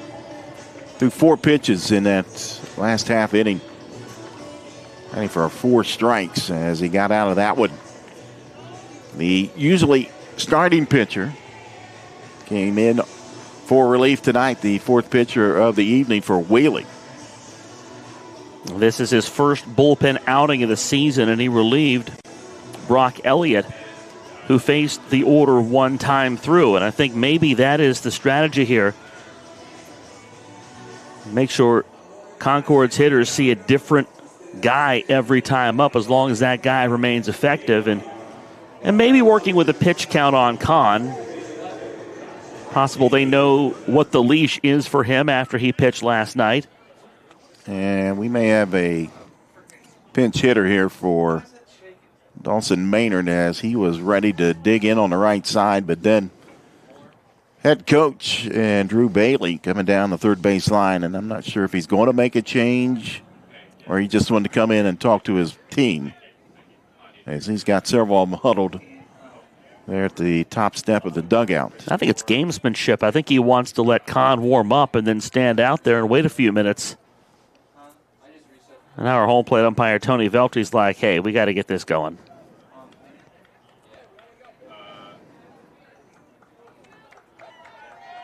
So here we go.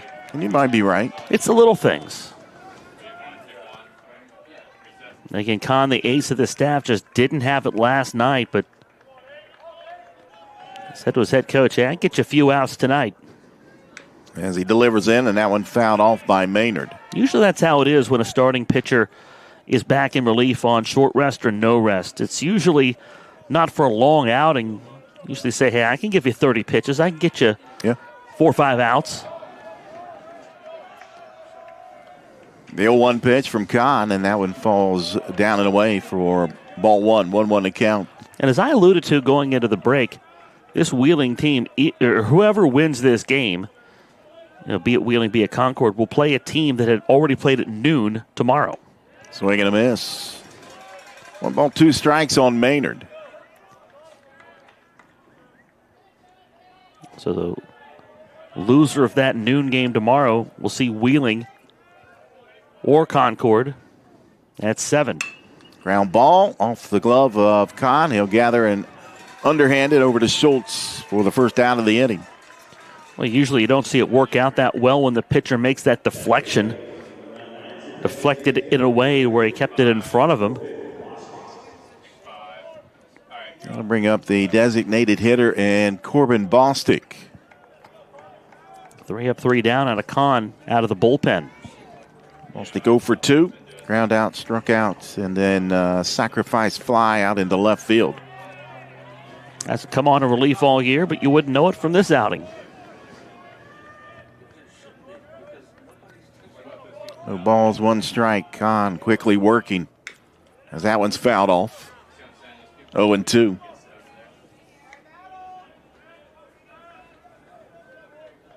Temperatures dipping down in the low 50s here currently. The 0-2 pitch. Swung on, ground ball, right side, gloved by Schultz. He'll take it unassisted for the second out of the inning. So Kahn looking really smooth here tonight. And this has been what Wheeling has needed all night, but not really been able to get out of any of their 3 pitchers prior. 2 outs brings up left fielder Lucas Cannon. Cannon 1 for 2. Infield single tonight as he looks at that one off the plate for ball 1. Yeah, like you said, a cool evening, not uncomfortably cool. A jacket, a blanket, a hoodie, that'll do you. Most importantly, a dry evening. Yes. As that one's fouled off. Tomorrow looking like a good day. Suits you well. You got a tea time tomorrow. I do. 1:50 at Sleepy Hollow. The post game here during the 7 o'clock broadcast, so join us on the Mountain East Digital Network. Good pitch there by Kahn. 1 ball, 2 strikes now. We'll break down Jack's round, and we'll offer the commentary of the 7 o'clock game. I want a hole-by-hole analysis, Jack. There you go, 1-2. And again, foul that one off to stay alive as Lucas Cannon. I stepped away in the 4th inning, and when I did, I took a look at the putt-putt course out there, and there's a little shack that they have where they store the balls and the putters, and I don't believe that's staffed at the moment. So I think you and I can get out there sometime and get a little round in. I think so. The 1-2 pitch. Did he go? Tony Veltri said as he did for the strikeouts. We're through 6 here in the capital city.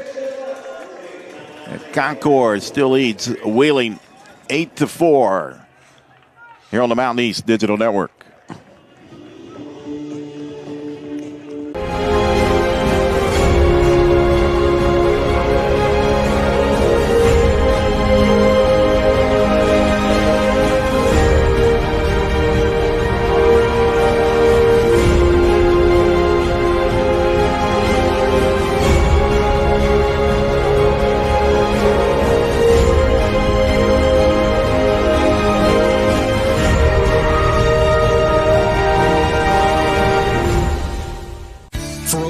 Decades, the health plan has been rooted in your community and the state of West Virginia. A steady part of your family and your business. We're here for you with health services designed to manage and improve your well-being. The health plan is powered by a team of dedicated healthcare professionals and trusted local partners. Because your health deserves more than just coverage. It deserves commitment. The health plan. Here for you. Welcome back inside Gomart Ballpark here in Charleston, West Virginia.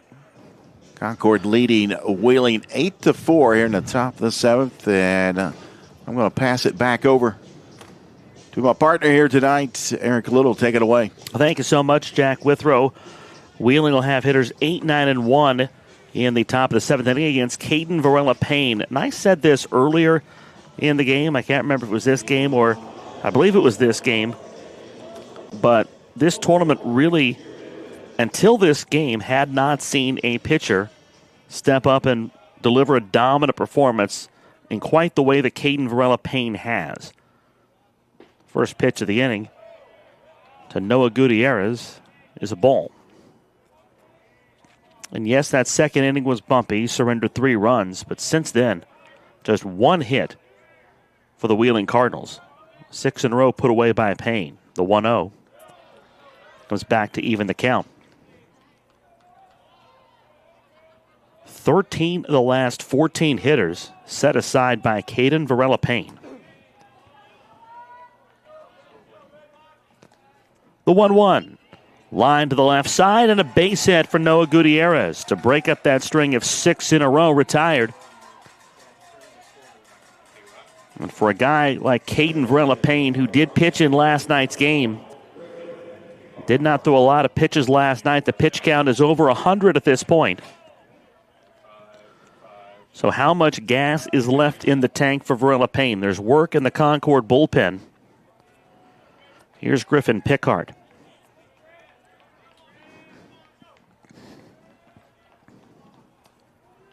And now Gutierrez balked to second base. So the double play taken off the table. Tony Veltri comes out to tell Varela-Payne what exactly he did.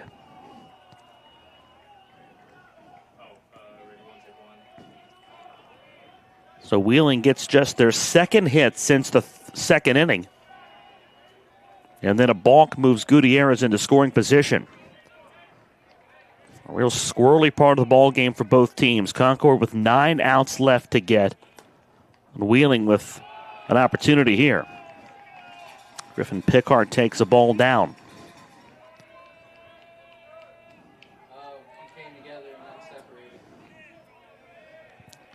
Veltri Varela-Payne deals its lifted foul behind home plate. Our crew found the balk. Varela-Payne, watch here, he brings his hands together, and then we're told he brings them apart. Hands come together and they come apart. And even though Varela-Payne didn't put the ball in the glove, that still counts as the balk. Misses low and outside for 2-1.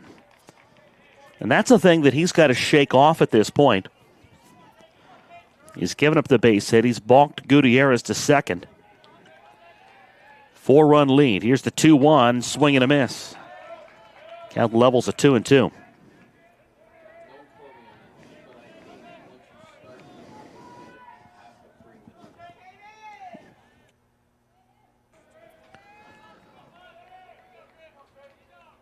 The 2-2.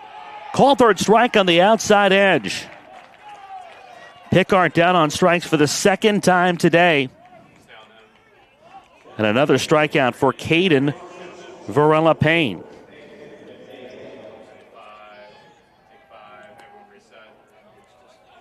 Eleven strikeouts for this Concord right-hander.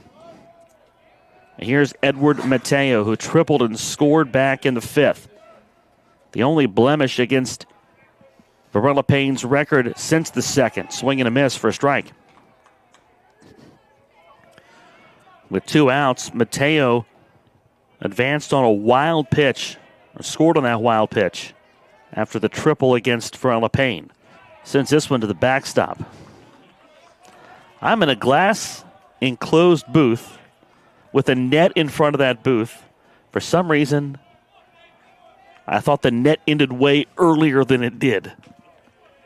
I flinched on that one. Line shot. Second baseman Maynard, a backhand stop. No play at first base. And Mateo on with an infield single. Second hit of the day for Mateo.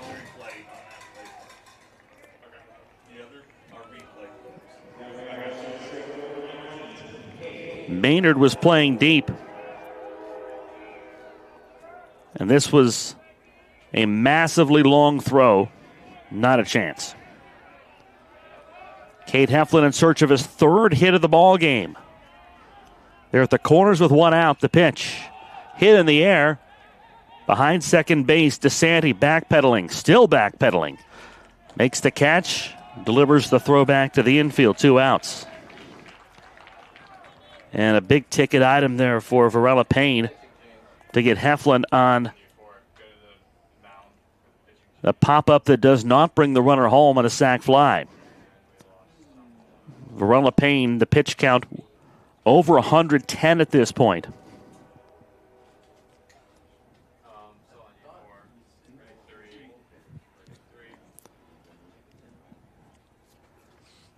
Does not look like there's been a signal to the bullpen just yet. And sometimes you get that pump me up visit. You get that visit to say, hey, this is the last guy I'm going to give you.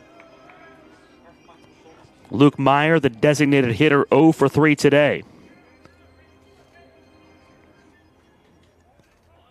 So Wheeling has touched up Caden Varela Payne more in this 7th inning than they have in any other inning since the 2nd. The 2nd and the 7th are the only 2 innings tonight where Wheeling's got multiple hits against Varela Payne. Huge spot in this game. The pitch, a cold strike. Or no, a ball on the outside corner. Check that. Wheeling had 3 in their half of the 2nd. Concord with 5 in their half. They added 1 in the 4th. Wheeling got 1 back in the 5th, but Concord with 2 in the bottom of the 5th to take a 4-run lead. Swinging strike levels the count at 1-1.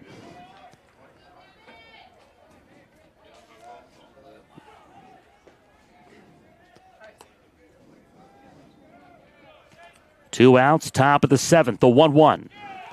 Cold strike 2. Down 4 runs, Wheeling probably doesn't think there's enough time left. Up 4 runs, Concord probably thinks there's too much time left.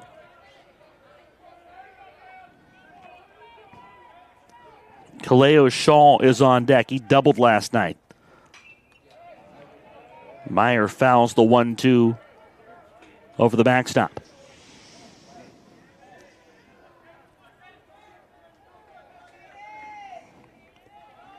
Gutierrez at third, ready to run. You know Mateo can motor at first base. 2 outs. Caden Varela Payne's 1-2. Swung on and missed. A dozen strikeouts for Caden Varela Payne. And he marches off the hill defiantly. 7 strong innings for the Concord Mountain Lions as they look to continue their roar for another day in this tournament. Stretch time from Gomart Ballpark. It's 8-4 Concord on the Mountain East Conference Digital Network.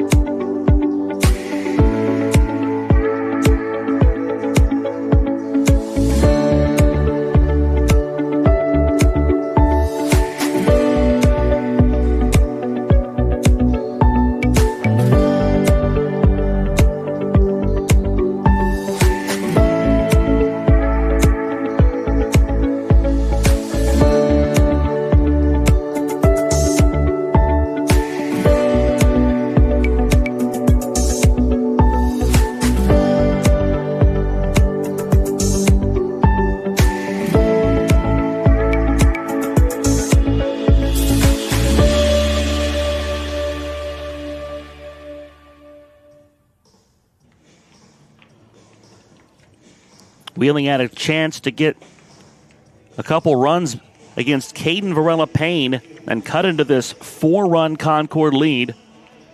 They come away with a goose egg. A dozen strikeouts for Caden Varela Payne. Maybe not the prettiest line from him, but it's just what the doctor ordered for Concord Mountain Lions. 4 runs, 7, and Laverne goes down looking. 6 in a row put away by Kahn. He struck out half of them. Austin here in search of his first hit of the tournament. He's walked and scored twice tonight.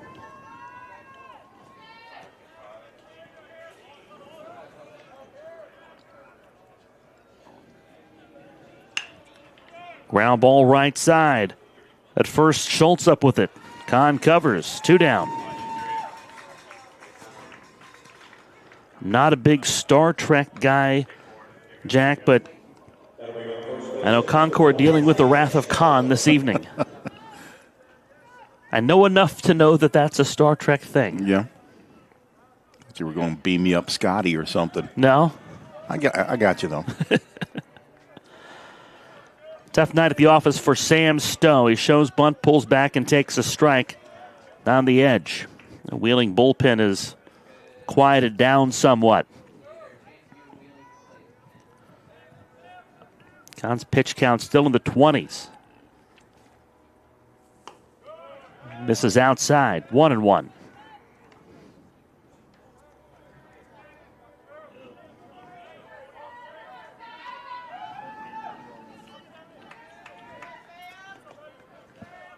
Concord leading by 4. Bounced foul right side. Khan has given his offense the best possible chance to get back into this ball game, chucking up a pair of zeros in innings 6 and 7. The 1-2. Bouncer left side, a fair ball inside the stripe. It got past Alvarez down the line. Stowe at first base. The ball kicks away from the shortstop, Mateo. Little slap swing and an opposite field ground ball that just snuck inside the bag.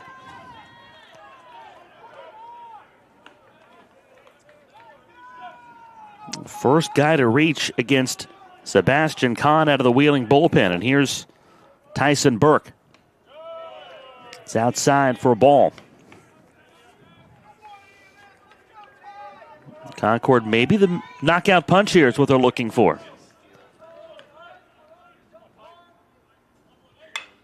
Bouncer to the mound. Khan can't come up with it. The shortstop, Mateo, gloves, throws in time.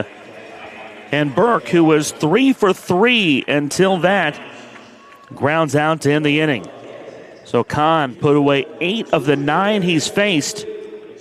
And a big goose egg on the scoreboard in that Concord half of the 7th. Let's go to the 8th. 8-4 Concord from the Mountain East Conference Baseball Championship, presented by the Health Plan. What's possible when you have the freedom to explore things that inspire you? To be a part of a community that supports and challenges you. Where can you go to find the space and time to reach your goals? Who can you become when you're able to make connections in a place where you belong? Find out what's possible at Frostburg State University.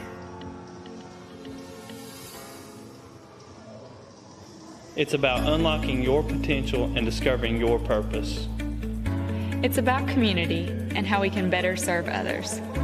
It's about learning and doing. It's about the journey and the road getting there. It's about opportunities and the endless possibilities. It's about finding where you belong, and it is here at Concord University. It's about you, and it starts with you.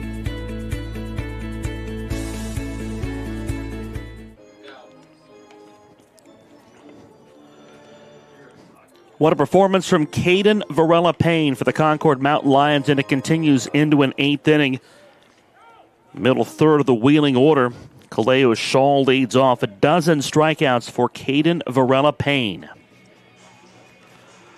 Likes his strikeouts like he likes his donuts by the dozen. Donuts. Little Homer Simpson for you. There you go. Right before this inning starts, center fielder Dawson Gregg was being stretched out down at third base. I'm not sure if he was cramping it or what was going on, but they were stretching him out. He is out in center field. Looks like he's going to be all right. Kaleo Shaw pops the first pitch out of play, first base side. Pitch count at 117 from Caden Varela-Payne. Again, the kind of thing you see when a season is on the line. 6 outs to get for Concord. It's bounced foul. Yep, came in for an inning of relief yesterday. And now a terrific quality start here tonight for the right-hander.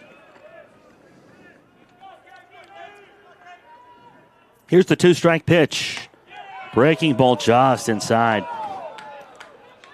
Earlier in the evening, you asked me about qualities of a starting pitcher that I like. One of them is gritty.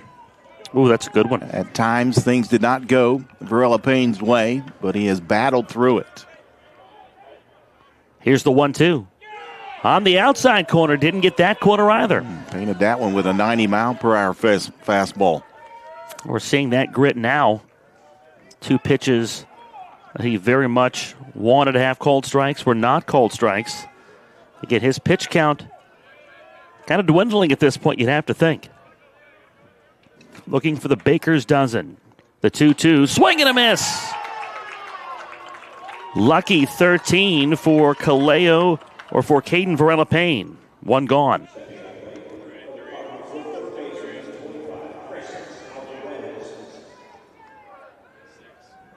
Well, when your season is on the line, you want the ball in the hands of your best guy. To me, that's one of those qualities I want. Give me the guy that wants the ball any given day. Hit in the air, right field. Laverne comes on. The second baseman, Maynard, back to make the catch. Alvarez pops out on the first pitch.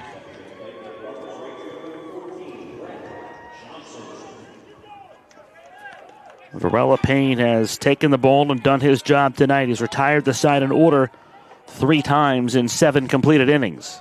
Looking to do it a 4th, Brett Johnson standing in the way. Everybody in this Wheeling order has struck out at least once, except for the 8-hitter Noah Gutierrez. The foul tip, strike 1.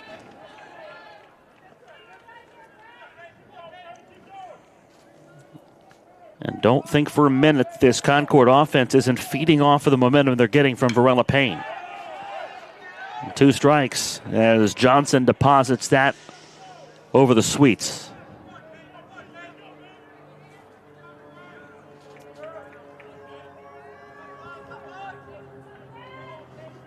Can Caden Varela Payne send this game to the bottom of the 8th inning with just a 4-run deficit for Concord? 2 strikes on Johnson. Just outside, maybe a bit low.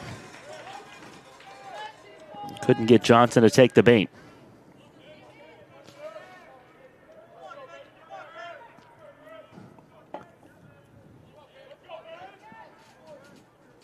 Johnson awaits the 1-2. Fouls it away. Shorten the swing, a protective jab.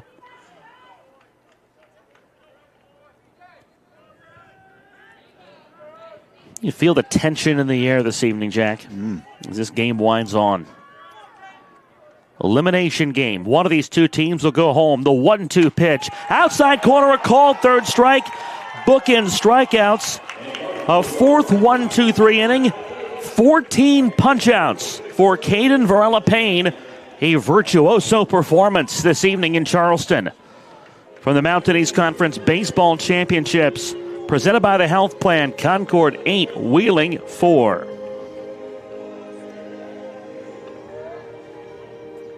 Glenville State University offers cutting-edge programs, small class sizes, and dedicated faculty providing students with a personalized experience focused on their success. With the lowest tuition in the Mountain State, every student has the opportunity to achieve their goals. At Glenville State University, you'll find a community that supports, challenges, and inspires you every step of the way. From hands-on learning in state-of-the-art facilities to internships that connect you with real-world opportunities, we prepare you for the challenges and triumphs of tomorrow. Pioneer your future at Glenville State University. Tomorrow's innovators, teachers, caregivers, researchers, leaders, and creators all have one thing in common. They started out just like you. At West Liberty University, you are the focus. This is a place where you will gain the skills, knowledge, and confidence to change your life and the world around you. It all starts here, with you. Visit westliberty.edu to start your journey. It's all here at West Liberty University.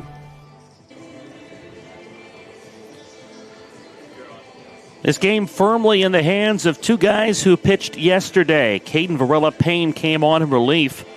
Didn't throw a ton yesterday, but today has pitched 8 really strong innings. Again, a 3 spot for Wheeling in the second inning, but 14 strikeouts. And this Wheeling offense has been held in check by and large since that second inning. Sebastian Kahn out of the Wheeling bullpen has retired 8 of the 9 he's faced. First pitch, Nick DeSanti fouls it off his ankle. When Kahn came on, there was action in the Wheeling bullpen. Kind of give you the idea that maybe Kahn's leash should be a little shorter this evening because he pitched yesterday, but he's kept that pitch count low, working through the lineup the first time. On since the 5th. He misses zapping away. 1-1.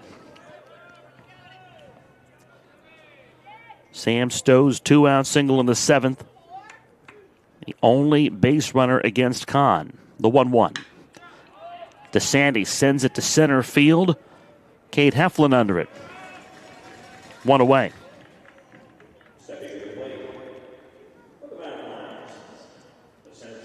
And we'll see if this is the end of the line for the right-hander Sebastian Kahn. It is. Yep. 30 pitches here for Kahn.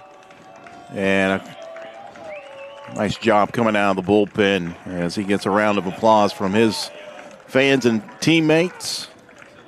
Those 30 pitches get Wheeling through 3 innings. How about that? 3 innings on the nose. They're scoreless. Just 1 hit, no walks. And 3 strikeouts for Kahn. They get a hug from head coach Ryan Lewicki, and now Kahn will head to the dugout. A much better outing for Kahn than what he saw last night. And if this is indeed his last performance in this tournament, what a way to go out. Yep. Call to the bullpen will tell you about the new Wheeling pitcher in just a moment. Dawson Gregg bats with 1 away in the bottom of the 8th inning. Concord 8, Wheeling 4. The Mountain Lions look to grow their lead. Back after this from Charleston.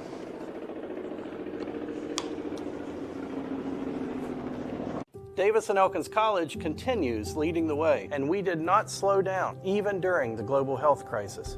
We have secured private donations and grant funding to support our growing, successful, and now accelerated nursing programs. Davis and Elkins nursing graduates have repeatedly posted 100% passing rates on nursing boards and are sought after by health organizations of all sizes, specialties, and locations.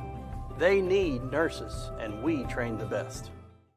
For over 4 decades, the health plan has been rooted in your community and the state of West Virginia. A steady part of your family and your business. We're here for you with health services designed to manage and improve your well-being.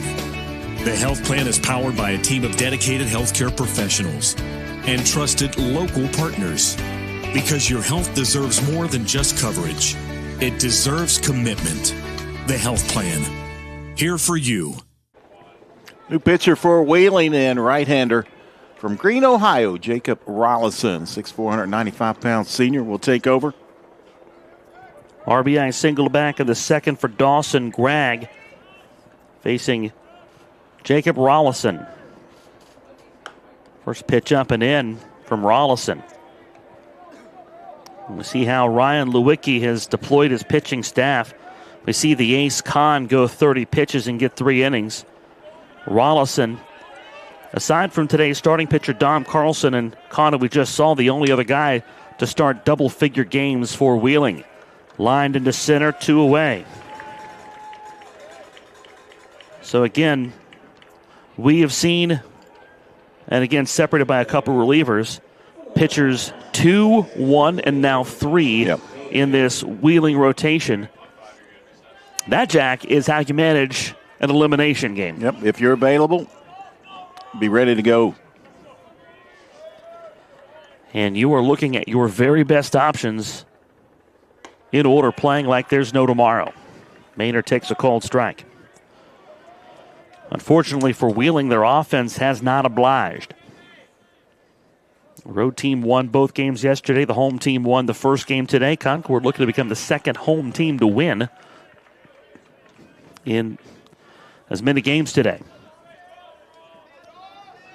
Looking to tack on to their 8-4 lead.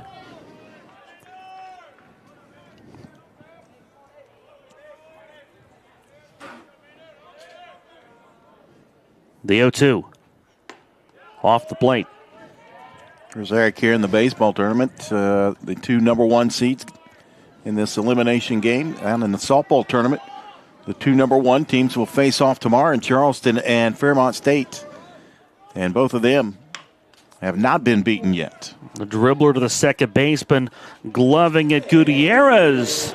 Flips it with the glove. Maynard retired to end the inning. And for just the second time today, the Concord Mountain Lions put away an order. Caden Varela-Payne out of the dugout for the 9th inning. I'm not sure if there are pliers strong enough in Charleston to ply the baseball out of his hands. He's going to try to go wire to wire. We'll find out if he does after this from Charleston.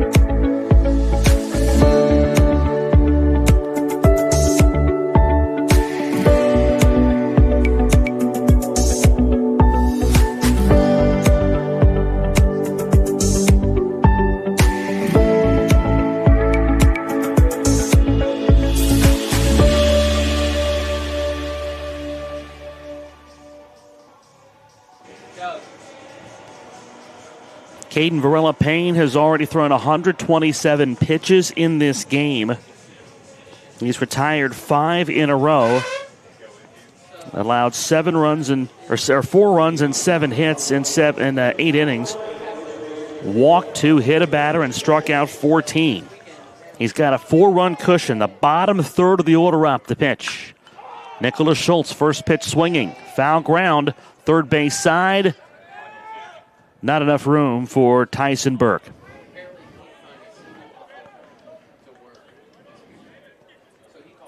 What a lift this would be, Jack, for Concord if Varela-Payne is able to go the distance in this one.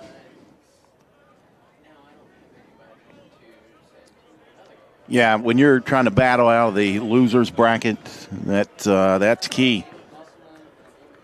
The winner plays at 7 o'clock against the loser of tomorrow's noon game. That one's cranked to left field. Hooking. That's off the fence, a foul ball. Off the netting down the line. Actually, the winner of this one will take on the loser of Point Park and Frostburg State. Oh, the 3:30 game. The 3:30 game, yes.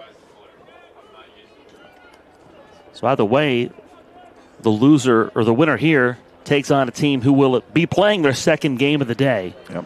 Will burn through a requisite amount of pitching. The 0-2 just inside. I've seen teams lose the first game on the first day in that 1-3 match, or excuse me, the 1-3 matchup. The 1-2. A little roller to third base. Burke up with it. Across the diamond. What a pick at first by Sam Stowe. One gone. But then come back with that advantage and winning the tournament. Sometimes that serves as a wake-up call more than anything else, I think. It's definitely the toughest route, but a route that you sometimes see. And you see an excellent pick over there at first by Sam Stowe.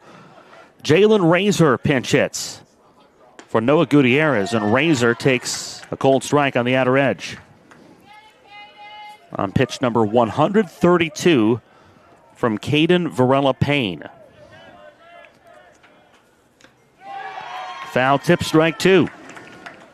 Still pumping it in there, 88 miles per hour on the fastball. Want to channel Vince Scully in for love of the game, but Varela-Payne trying to reach into the sky and push the sun a little higher for one more day of this Concord run of the tournament. The 0-2 swing and a miss.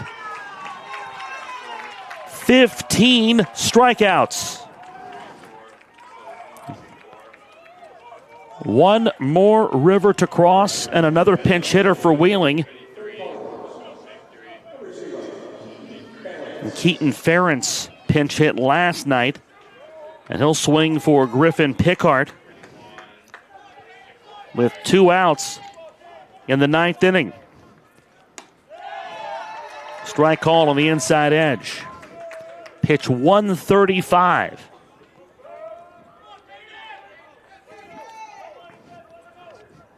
Seven in a row put away by Caden Varela-Payne. The 0-1 low.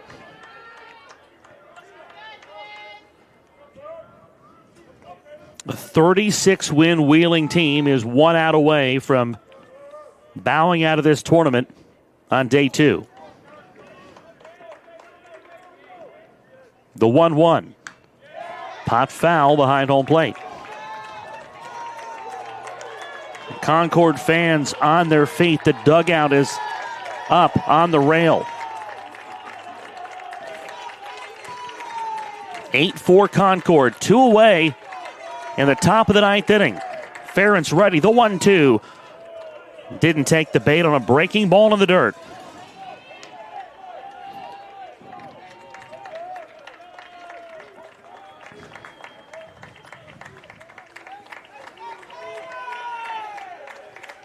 Mateo, the league's player of the year, waiting in the on-deck circle if Ferentz can reach. Here's the 2-2. Swing and a miss! 16 strikeouts for Caden Varela-Payne. A bear hug from Austin here as catcher. And a shot in the arm for the Concord Mountain Lions. And it's the right arm of Keaton Varela-Payne. Caden Varela-Payne, 16 strikeouts.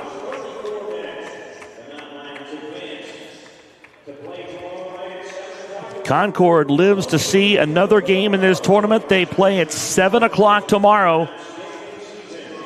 And what a way to get there. 5 big runs in the 2nd inning. After Wheeling struck for 3 in the top half of the inning, Tyson Burke's 2-run single put the Mountain Lions on the board. Nick DeSanti doubled home 2 to give Concord a lead. They didn't lose. And Dawson Gregg singled home DeSanti to cap the inning. And then after that, Wheeling got 1 in the 5th after Mateo tripled and scored on a wild pitch.